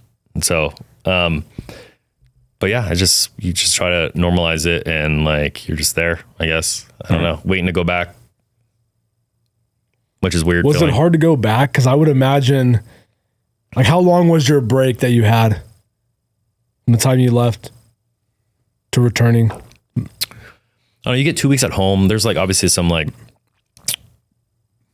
buffer time, right? You have to get a flight. You got to get a flight back. So I don't really know. Less than a month though. Maybe a month ish. I don't know. That was a long time ago. But oh, man, I was gonna say something. It's not a lot of time, and I think right when you start feeling like okay, like you're with your family again, like you're having meals and shit, like having a good time, and then you're just like, cool, I'm on my way back. Oh, to your point, it was like, how hard was it to go back? I was a sergeant at the time, so like I had dudes to go back to, so like I felt obligated, like extremely obligated, because I was like, they're waiting on me to come back, and if anything happened to my guys when I was gone, I would have felt really fucking responsible that I wasn't there. Absolutely. So I it wasn't awfully hard for me to go back. So Right. I felt like I needed to be there for them. So Yeah, that makes sense. So in a leadership capacity, can you talk a little bit about that in that environment? Becoming a leader, going from a soldier to a leader, how did that? yeah, I think I fucked it up pretty well. I wish I could take all my experience now and then be a leader now. Obviously we can't do that, but I was a very young leader. I learned a lot from that. I don't think anybody should ever be a 20-year-old leader leading people through a war. I don't think I was very good at it. I did the best I could with the experience I had, which was none. I brought all my people home alive. Actually, yeah, man, that's a sad thing to say, which a great leader sometimes wouldn't bring everybody back. So I don't know if that's a good thing to say.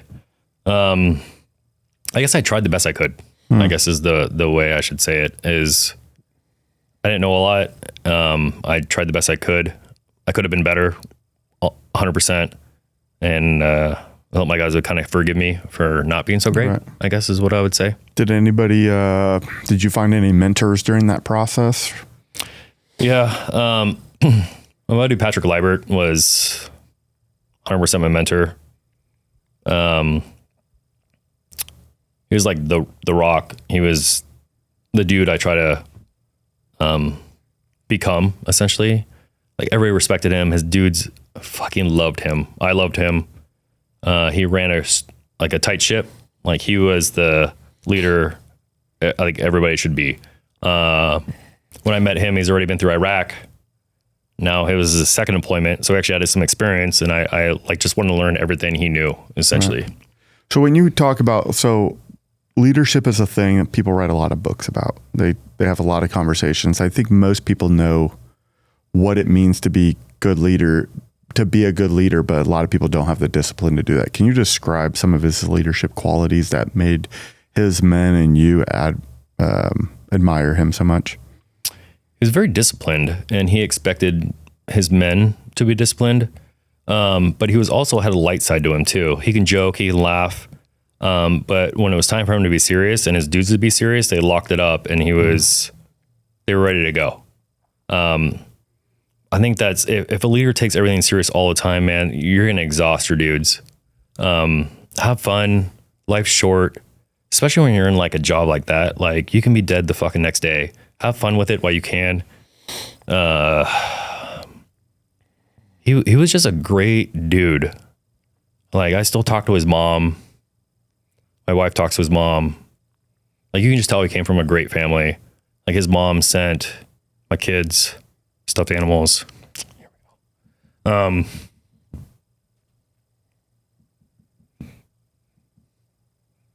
He was just a great dude. Sorry, I gotta lock my shit up here a second. He's always there when you needed him. He never said no to anything. If you had a problem at like 3 a.m., had a knock on his door, he's gonna answer his fucking door and he's gonna help you with whatever you needed. He ate last. If you needed something, like say, like it's like the small things too, Jeff. You know this because you're a sergeant. Like someone needed water, and it's your last water, and your guy needed water. You're giving your fucking water to that guy. Mm-hmm. You know, it's like the small things too. It's like not just the big things. They're not sacrificing the big things. It's like the small little things that no one really notices, right? Right. He did all those and then some. Like he was just a great dude. He took care of his brother who had some mental issues. Just overall, just a great dude. Like I'm sure I have like 1,000 other things to say about him right now, but yeah.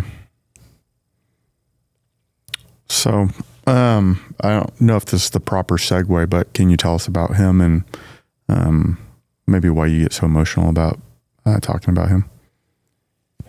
So, and I hate this because I'm going to get emotional too. I don't want to. So Nuristan was the big mission.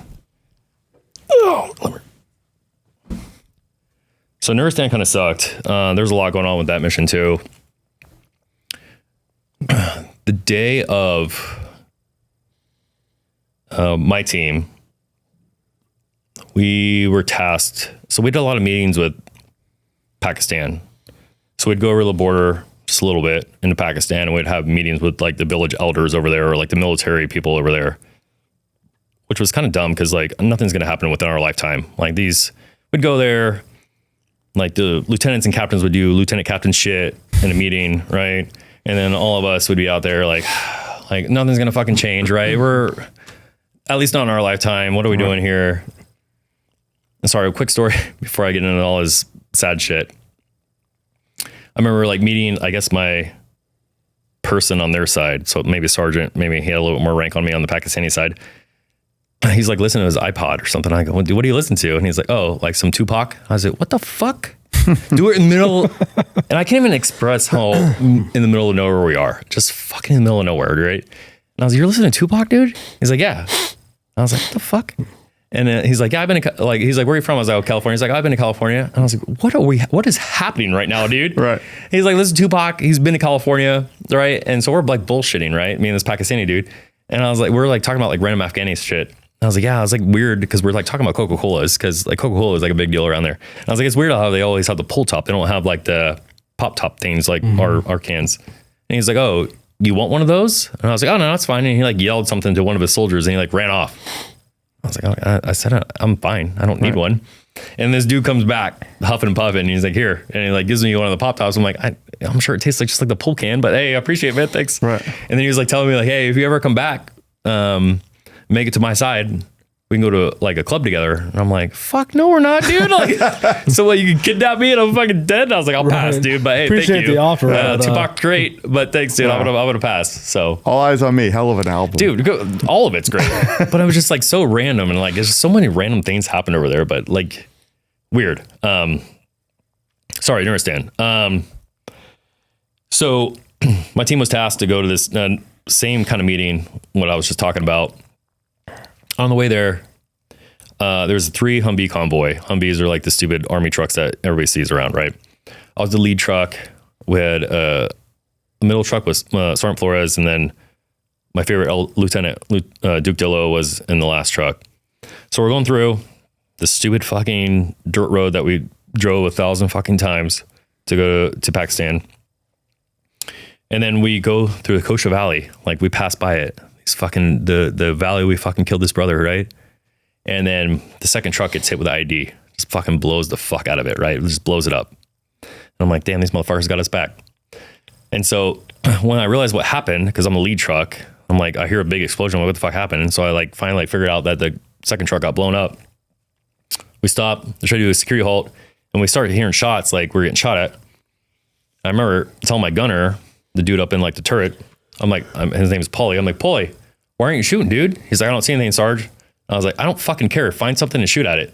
You know, like, like an ambush. Like they won't, like if people ambush you, they're going to ambush you more if they don't hear shit going on. So I'm like, find something and start shooting at it. So he like starts unloading on shit. I get out of the truck. I met with Lieutenant Duke Dillo and the medic, Devlin, and we go check on Flores, who is the truck commander of the second truck. And so the ID exploded kind of like underneath the passenger side, the front passenger side. And we like the door's kind of blown open a little bit. We kind of forced it open a little bit and his leg is just fucking hamburger meat. Like, and I'm like, oh God, I was like, that doesn't look good. Right. Like it's just all kind of just fucking shit everywhere. Right. So Doc does this thing, fixes him up and shit. He's not going to die. And everybody else has some like shrapnel in the car too, or in the truck. So we call medevacs and all this shit. And then of course the fucking Navy guys want to come and they want to like excavate and do investigation shit and IEDs. I'm like, fuck man, we don't got time for this shit. So we're supposed to do this meeting and then we're supposed to go back to the base to meet up with the other team that's going to Nuristan. So we're out there for so long. And like a bunch of our people are like injured, where the fact that like they think we're like combat ineffective or whatever. So this other team leaves to the Nuristan mission without us. So they continue without us. So we're back at the base finally at some point at night, and we're chilling, kind of doing our thing. And at some point we start hearing like radio chatter on the radio. We find out that the team on the Nuristan mission's under attack, like heavy contact, shit's going down. And this should have been you, or could have been you. I should have been there. Yes, it should have been me. So they're in contact, heavy contact. Like you can hear the fucking stress in their voice. It's awful. And we hear there's a KIA. So there's a killed in action. And like immediately, like my mind never stops. So like I'm like thinking of names. I'm looking at faces in my mind. And I'm like, fuck, who is it? Like, right? So I'm like So some of my guys, my normal guys, are on that team or on that mission. So it was like kind of like a split, right? I'm like, fuck, I hope it's not one of my guys.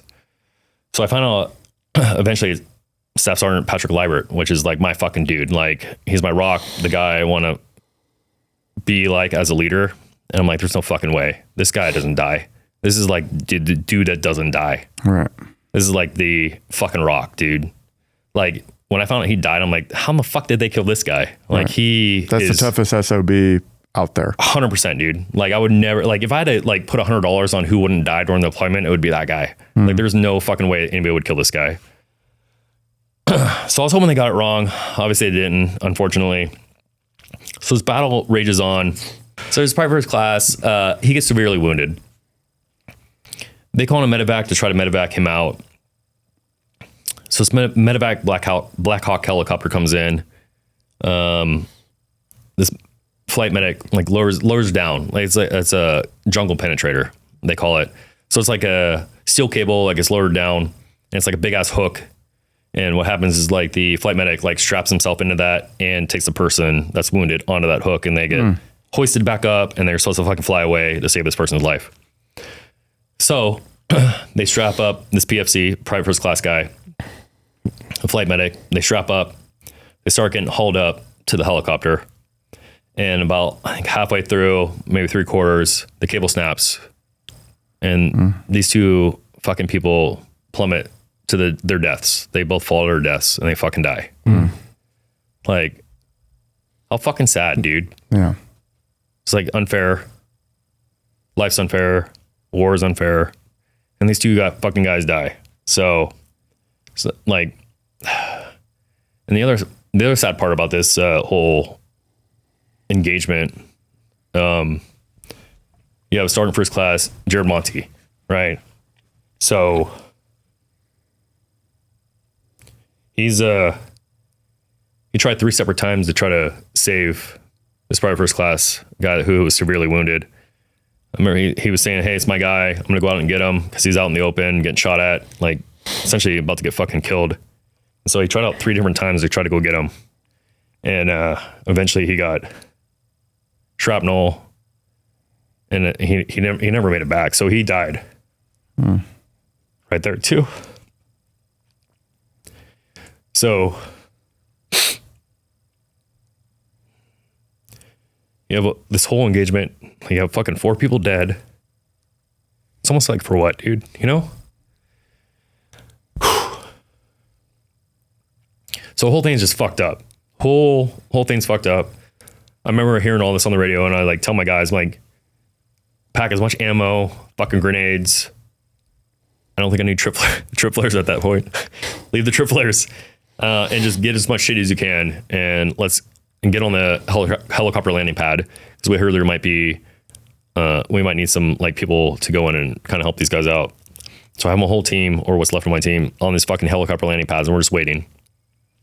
Helicopters waiting there. They're on their weird little fucking spin thing where they're like kind of ready to like take us off.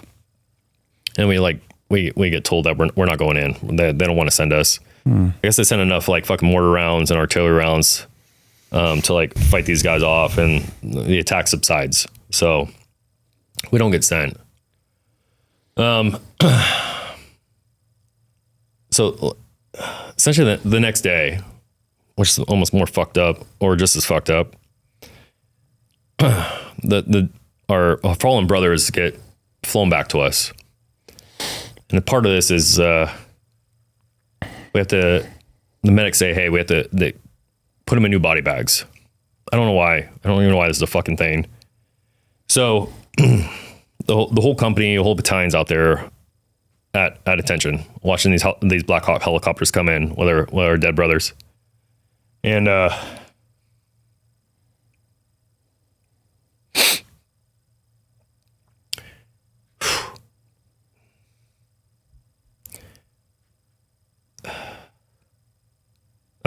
they asked for volunteers, and of course I have to fucking do it. I told myself I have to. So I walk up to one of the Blackhawks and grab this fucking body bag. God damn it.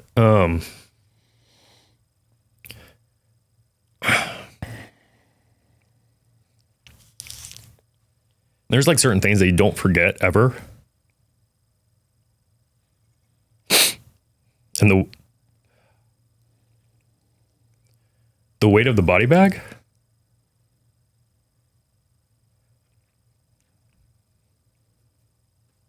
I don't think I'll ever forget. Sorry, I locked my shit up. So, grab the body bag. Fucking awful. And then we take it to this staging area and we unzip the bag, kind of confirm the identity. And I realized I was carrying Jared Monty. We put him in a new body bag, and while I'm doing this, I see Patrick Liebert.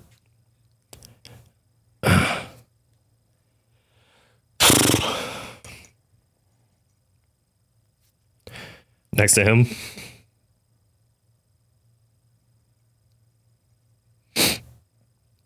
And the whole thing's fucking sad, dude.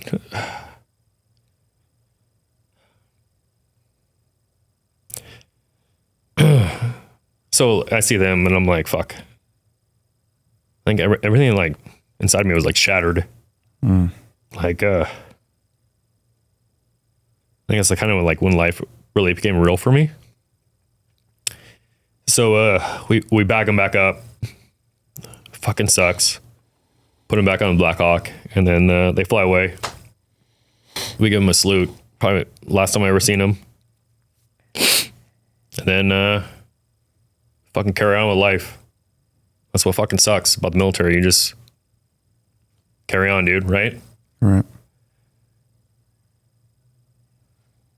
It's probably the hardest thing I ever do. It's fucking awful. So, something about seeing your friends dead. It's not fun. So.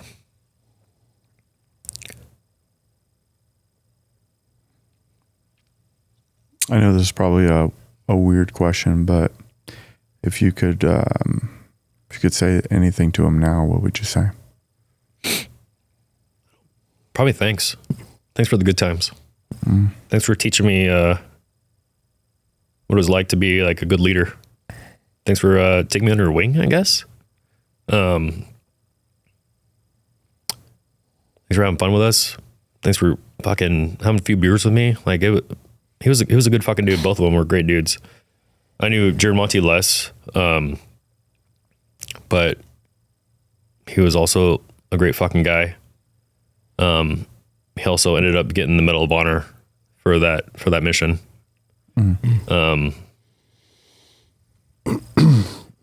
Yeah, I don't, bro. Yeah, it's yeah. So I think I would just say thanks to both of them, dude. Being selfless and just doing their thing, and then just, man, it's just survivor's guilt. Just like if you keep thinking about that shit, man, it fucks you up, eats you alive. Right. I had that for a while, and it was really fucking eating me alive for a long time. Dude, I'm sure you have. Can you talk about speaking with people that were involved in the engagement?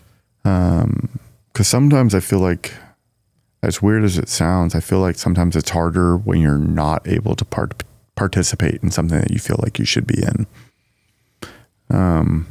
Where you're hearing it over the radio and you're like, I should be there. These are my fucking guys. And not being able to be involved in it. Have you talked to some of the people that were involved in it?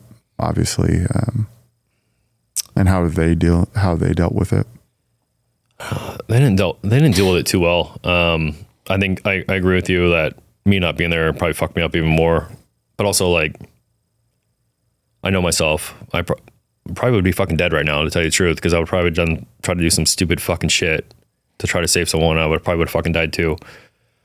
I don't even know if I should say this, but so my assistant team leader, the guy I loved a lot over there, he recently died.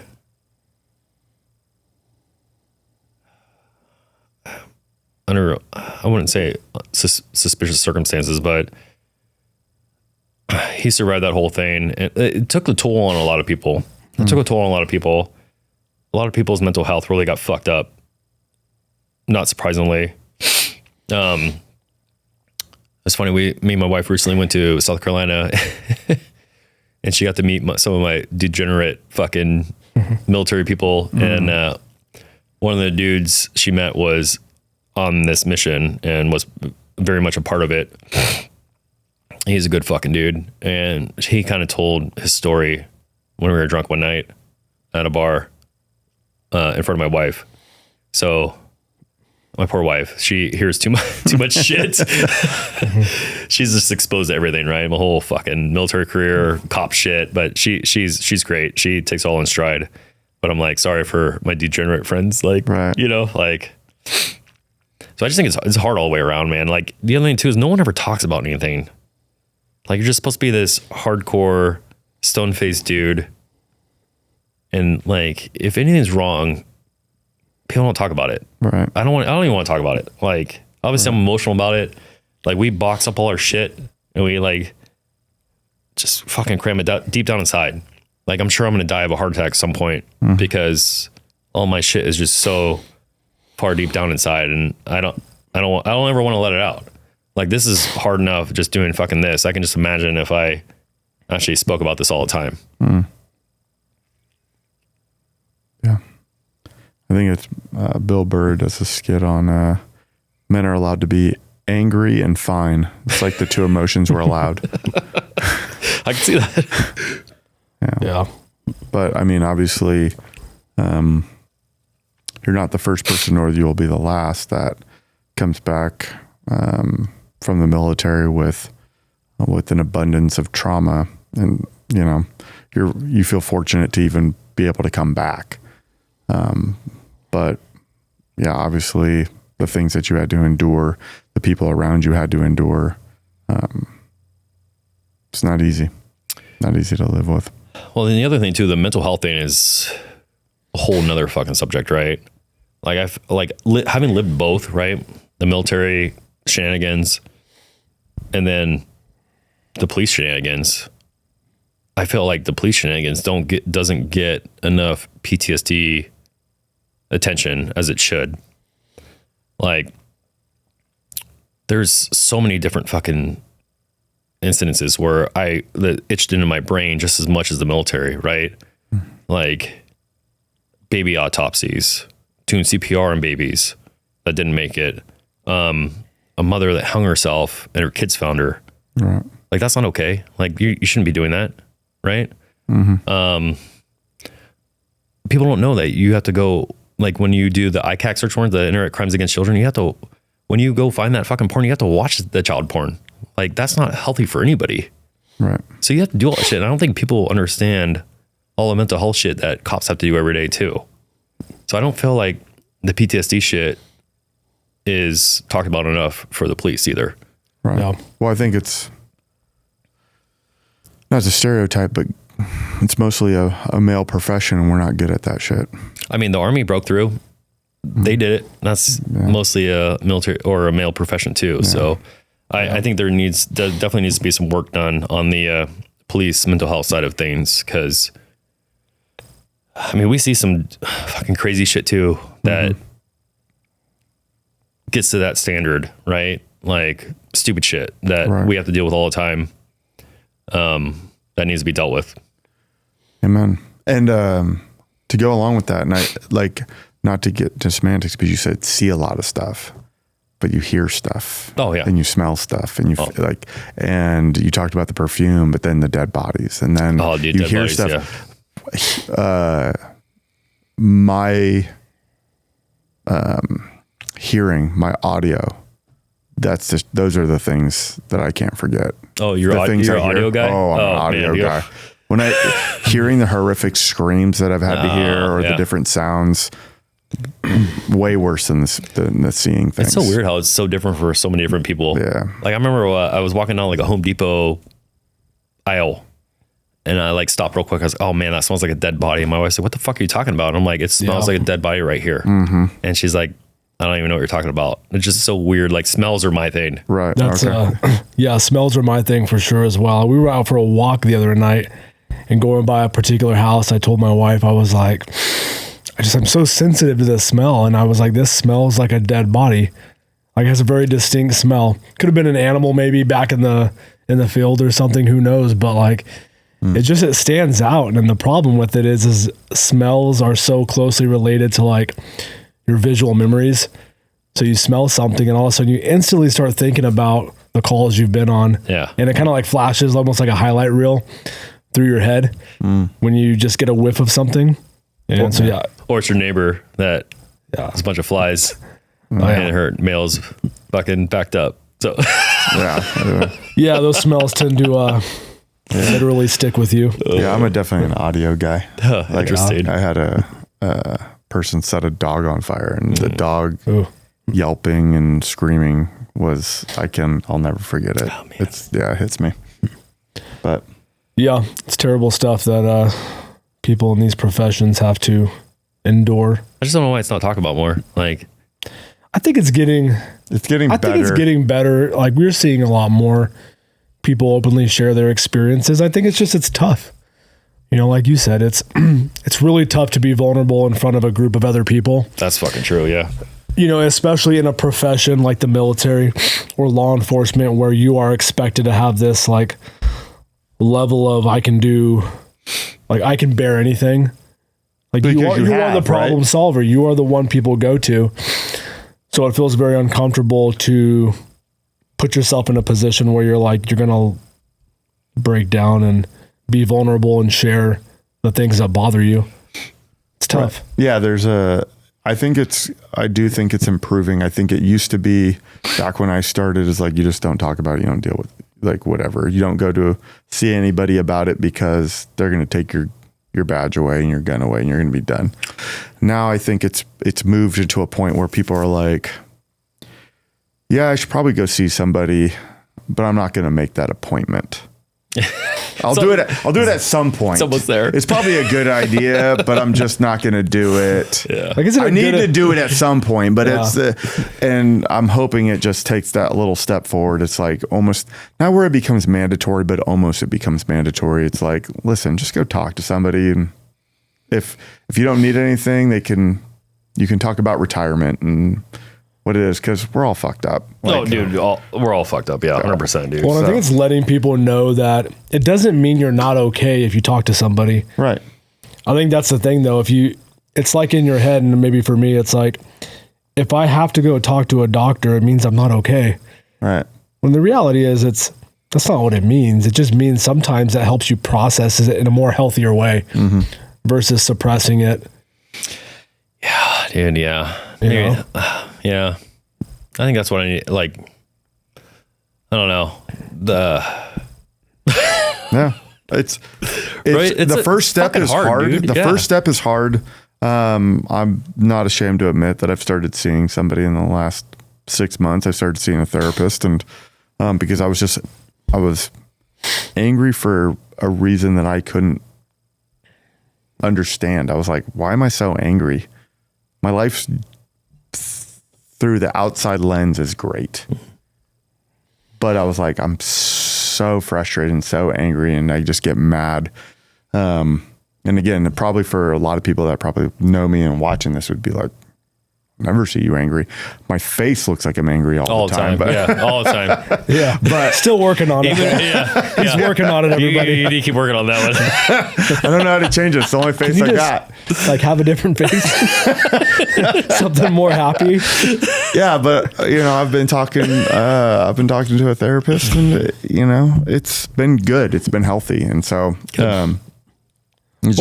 it rationalizes some of the things and lets me know that I'm not as fucked up as I think I am. Maybe I am, but it's like, okay, but you're not alone in this. So sure. Yeah. Well, I think it's just healthy to get different perspectives too. Yeah.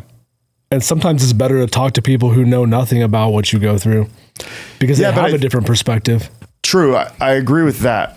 But I also think that somebody with competency in the profession, like a military person, it'd be hard to talk to somebody who had never been in the military because you're explaining things and that becomes frustrating speaking to somebody who doesn't have any knowledge of like what law enforcement goes through. Yeah. I would hate to tell somebody about my experiences and they start crying. Happens. And then you're like, the fuck are you crying about? You're supposed to help me. There. Yeah. God damn it. Yeah, I don't need that. Now I feel bad for you. Now I need to hold back what actually I experienced. Yeah.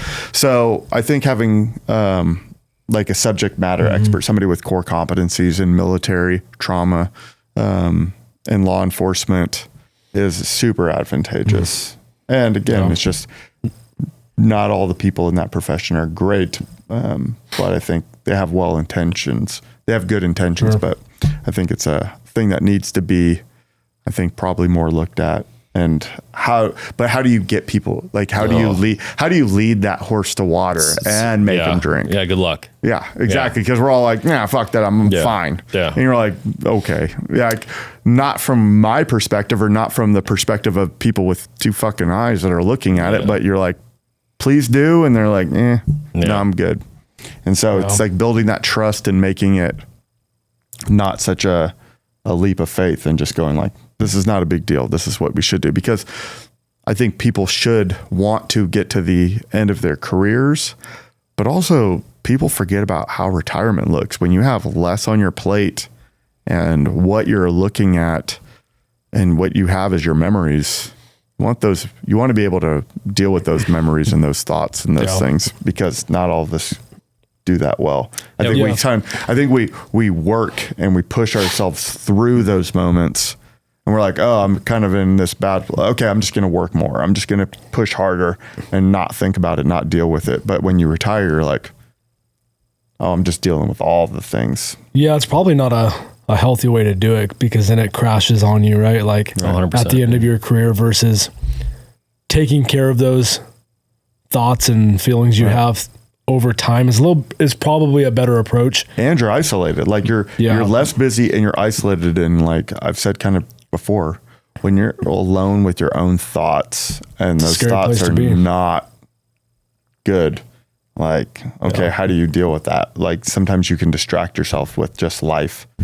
And also you work so hard for your fucking pension. Like you should be able to enjoy it. You Take advantage of that shit. Just be happy, you know, enjoy your kids, enjoy your like when your kids have grandkids, like just be a fucking happy person. Right. You know?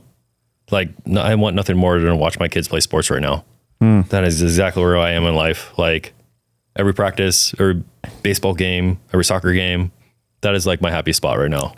Yeah. And when they have grandkids, fuck, I will be at every fucking baseball game, every soccer game, whatever you're doing, I'm there. Like that makes me so happy.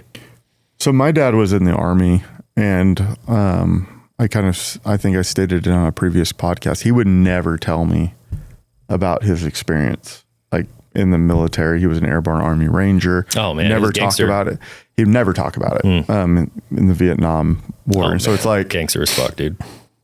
So like, is that something that you, when your kids get a little bit older, you're willing to share some of your experience with the kids, or are you going to protect them from that? Because I think it's healthy. My personal opinion, again, not that I have your experience, but it helps explain you, the totality of you. Yeah. So I think my kids already, they kind of know a little bit. I've been kind of like shielding them from like the gruesomeness of it, I guess, or the craziness. So they both know that they've been named after Patrick Liebert and Jared Monty. So my boys' names are Patrick and Jared. So they know where they kind of got their names from. And I kind of explained to them like the men that they were named after. So there's that. And like we have like these bracelets that were made for them that I wore in Afghanistan for Patrick and Liebert, or Patrick and Jared. So we had those, and like when they were infants, like we were just born, we had the infant photos taken with these bracelets, right?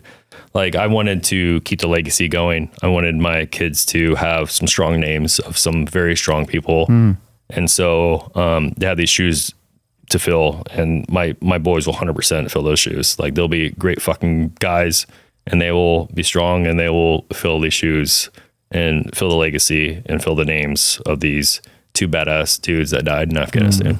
So they know some. Right. They don't know the actual gruesomeness and craziness of what happened, but I think at some point I'll tell them. I just, they're 8. So Right. There's a time for it. yeah, I'll tell them when it's time, but they don't need to know right now. Right. And hopefully a value of this is maybe you can share this with them at some point when they're older and ready to receive it. For sure. Yeah. I hope this is advantageous and helpful in those regards. Yeah, for sure. Yeah.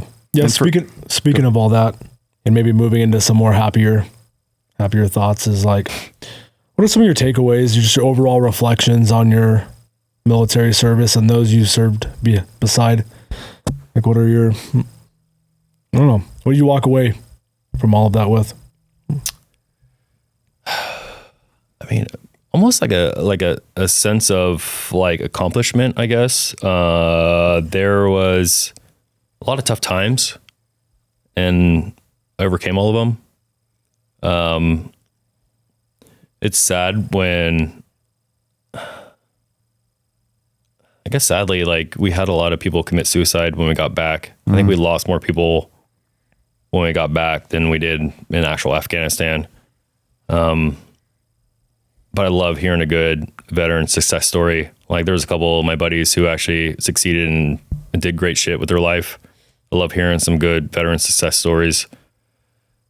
Man, I don't even really know.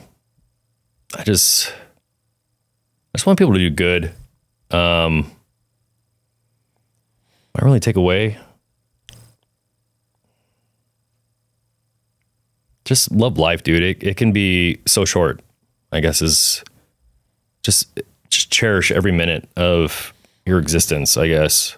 I know how fucking cheesy that sounds, but have a life, love your family, love your kids, dude. I love the shit out of my kids. I love my family. My wife's amazing. Just fucking enjoy life, I think is my biggest takeaway, because I realized how fast life can end, I think is my biggest takeaway. It's a good one. Absolutely.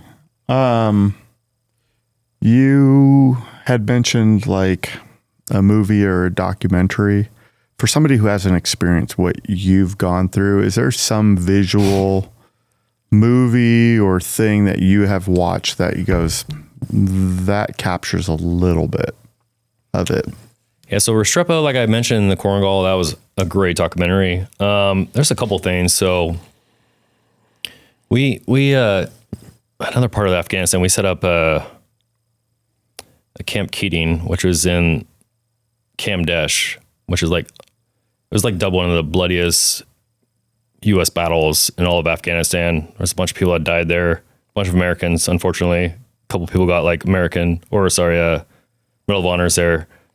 The Outpost, I think it was like a 2020 movie, The Outpost. Well, there's some famous people that run that one. I can't remember who. That was a good movie per se. They kind of mixed our deployment with their deployment. Like Lieutenant Ben Keating, who the base was named after, he died in our deployment, but they made it like in that movie's deployment. I don't know. They mixed a bunch of shit. That's why I hate knowing too much, because the movie could have been great if I didn't know so much. Right. A lot of other stuff too. So during that movie, like the first couple minutes, they pick up a stuffed animal in the like one of the barracks is inside the outpost. And that was like a good tribute to like Patrick Liebert. Like his mom's all about stuffed animals. Like I said, she sent some to my kids already. They were Hilltop 2610, where this huge battle happened where both my buddies died. There was a book written. It's called, shit. I don't really remember the name right now. I think it was called The Outpost, by Jake Tapper. He wrote a book about this whole experience. And then, have you guys heard, what the fuck is that song? I Drive Your Truck by Lee Brice. Yeah. Yeah. So that whole song had to do with an interview with Jared's dad. So Jared's dad had some interview with some lady on the radio. So Jared Monte's dad like had this interview, and which inspired the whole fucking song with "I Drive Your Truck." So the whole song was inspired by this interview with Paul Monte, which is Jared's dad, and that inspired the whole song. So if you like look up the origins of that song, it had to literally do with Jared Monte, who died, and this guy that had the Medal of Honor. So it's like bunch of random. It's a good song that's popular too. Yeah, there's a bunch of random ass shit from this one deployment is all kind of like randomly in our lives that we don't even know about. It's kind of wild. Crazy. Yeah. Yeah. Oh. It's true law enforcement question. Is there anything that we didn't ask that you want to discuss? That is a total law enforcement question, dude. Yeah. I use that one all the time. I think I ask Is everybody. there anything I didn't ask that you think? Every interview. Yeah. I think I ask everybody that fucking Is there anything question you're at the end of my leaving interview. out that comes to mind? I do want to talk about like this one incident that happened after the Nuristan, where we called it the revenge mission. So we went and revisited the Nuristan area after my friends died. We called it the revenge mission. So we got helicoptered in. We go hiking up this mountain. We kind of like see what happened. The exact area where like my friends died and this whole firefight happened. So we spent a couple of days up there. We're doing like our surveillance thing. We find some dudes that were doing some nefarious things. Fancy words. Yeah, thank you.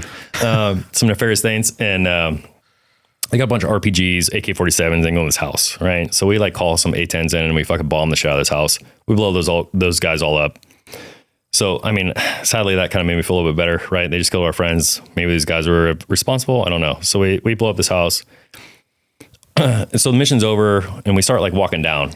We're going to get picked up by some Black Hawks to fly out of there. Mission's over.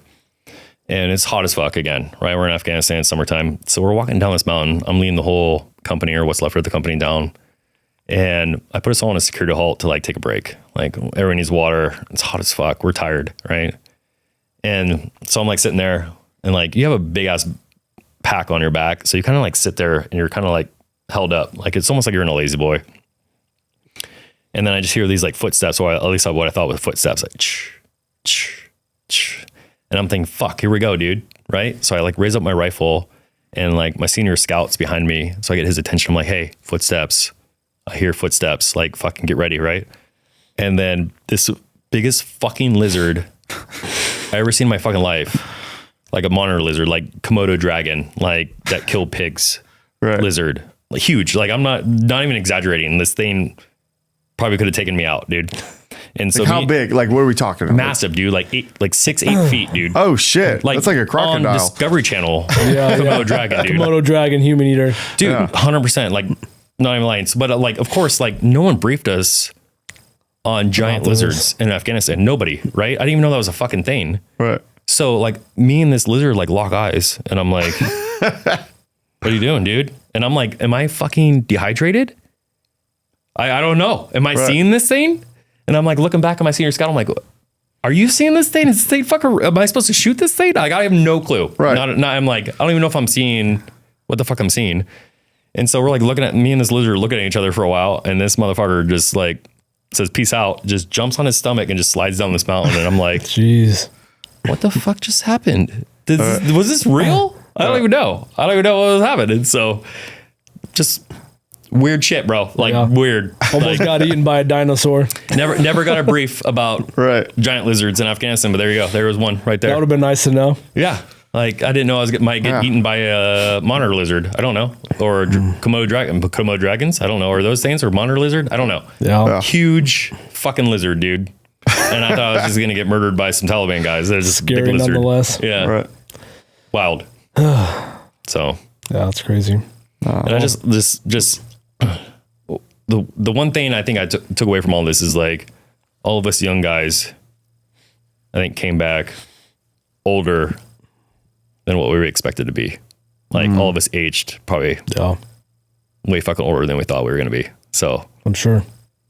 Like, you know, we came back like, I don't know, 23. I think I came back, fucking bad at math. I don't know, 22, 23 years old, I felt like I was fucking 40. So like we aged a lot. They did a lot in those 16 months. They aged me a ton. So I don't know if it's necessarily a good thing, but I aged a lot. Yeah. I don't know if it was like a fine wine or what, but yeah, I don't think it was. We'll let someone else decide. Yeah. Well, for sure, we super appreciate you and everybody, obviously, who has served in the military. Takes a special kind of person, I think, to take on that sort of assignment and do so with the risk that are involved. Right.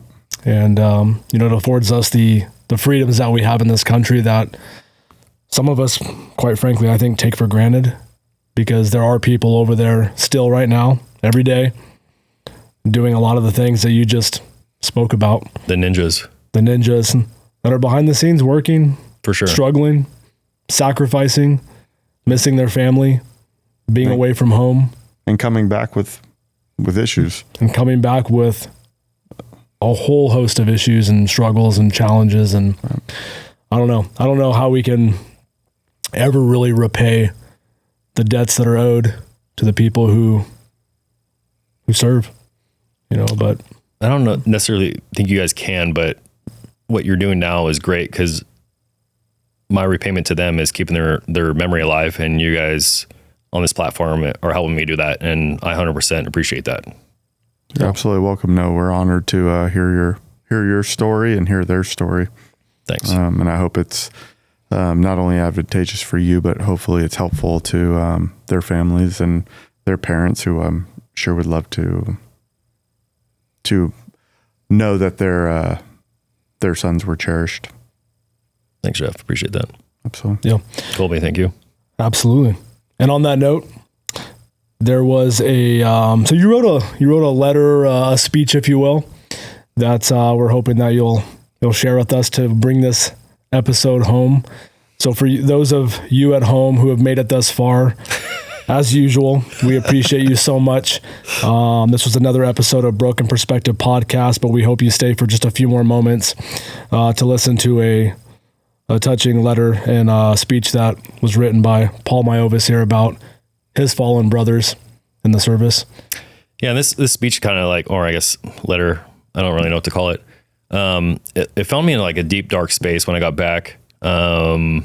It's had many different versions. I think the first time I was fucking hammered, depressed. And I think this is kind of how I like help evolve out of my depression, I guess I would say, as I start jotting down ideas and kind of made this letter, I guess, is what I would call it. And it evolved many times. And this is kind of like my final version, I guess. It might evolve more. I don't know. We'll see. But it's every Memorial Day it comes around and I'm like, man, I might have a drunken moment and I pull this thing up and a little sad moment, Yeah. Awesome. Well, we appreciate you sharing it. So I don't know if you need to pull it up on your phone or if you need me to grab it for you, or I'll probably grab it real quick. Yeah, go ahead, grab it. Yep. And then, we'll take your time. I'll try to get through this without get too emotional and fucking it up here. So, all right. I stand before you, not just as a soldier, not just as a veteran, but as a man who carries the memories of those who no longer have a voice. I stand here to tell their stories, to honor their sacrifice, to ensure we never forget. Because for some of us, every day is Memorial Day. At 18 years old, I had my whole life ahead of me. I wasn't sure what I wanted to do, but I knew one thing. I love this country. I believed in service. I believed in something greater than myself. So I made the decision that would shape my life forever.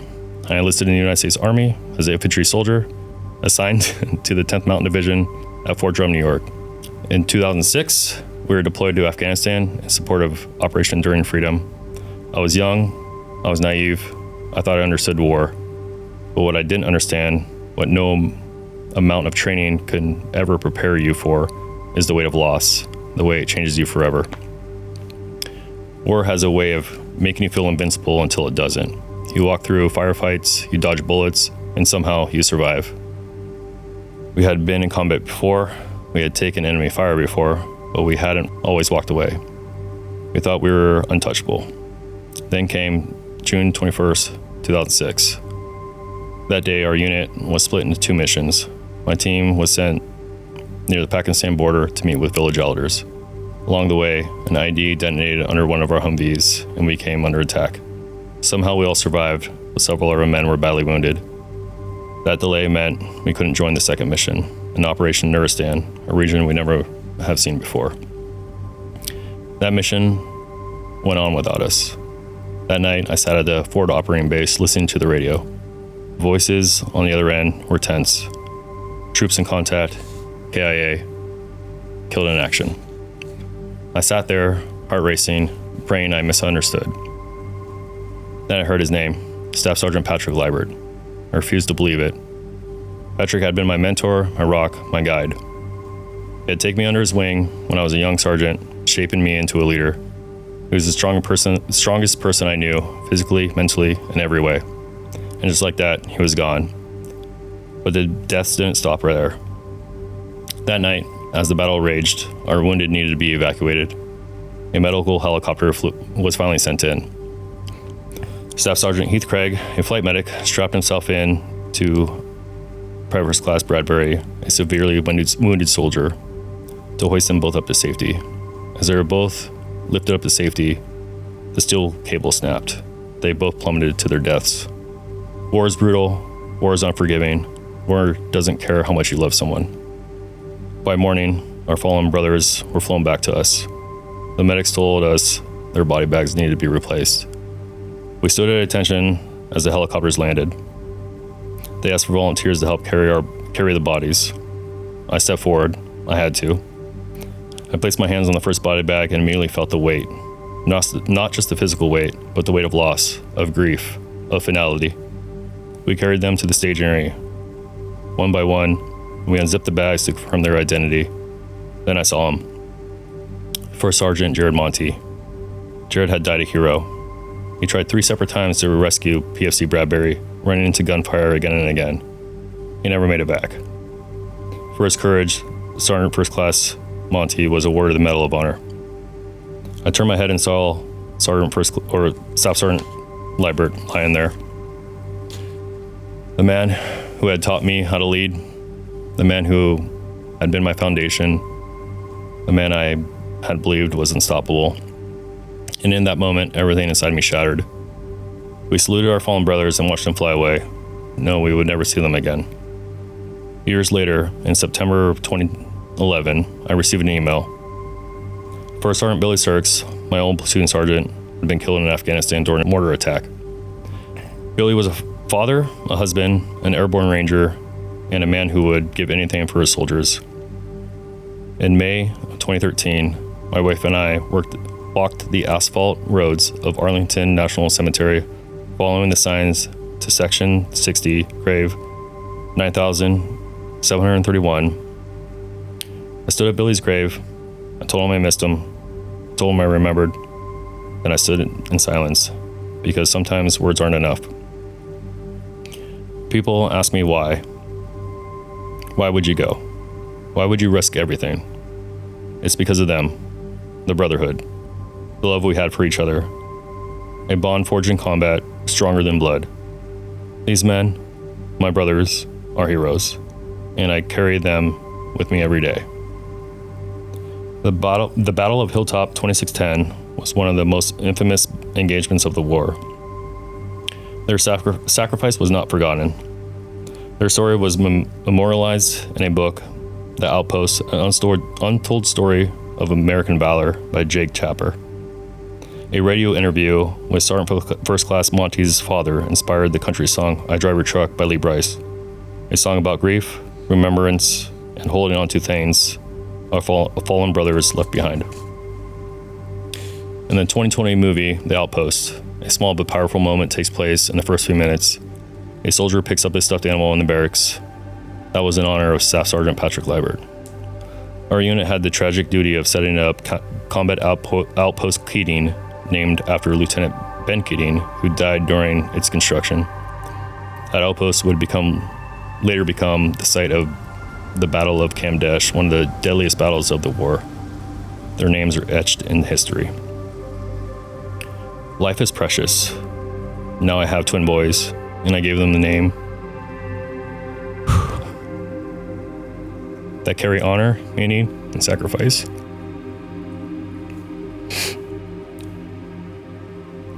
Jared and Patrick. They have big shoes to fill, but I know they will rise to the challenge. To my brothers who have given everything, I will never forget you. To those who made the ultimate sacrifice, we will carry your names forward. And to this country for which they laid their lives down, may we always be worthy of their sacrifice. God bless America. God bless our fallen heroes.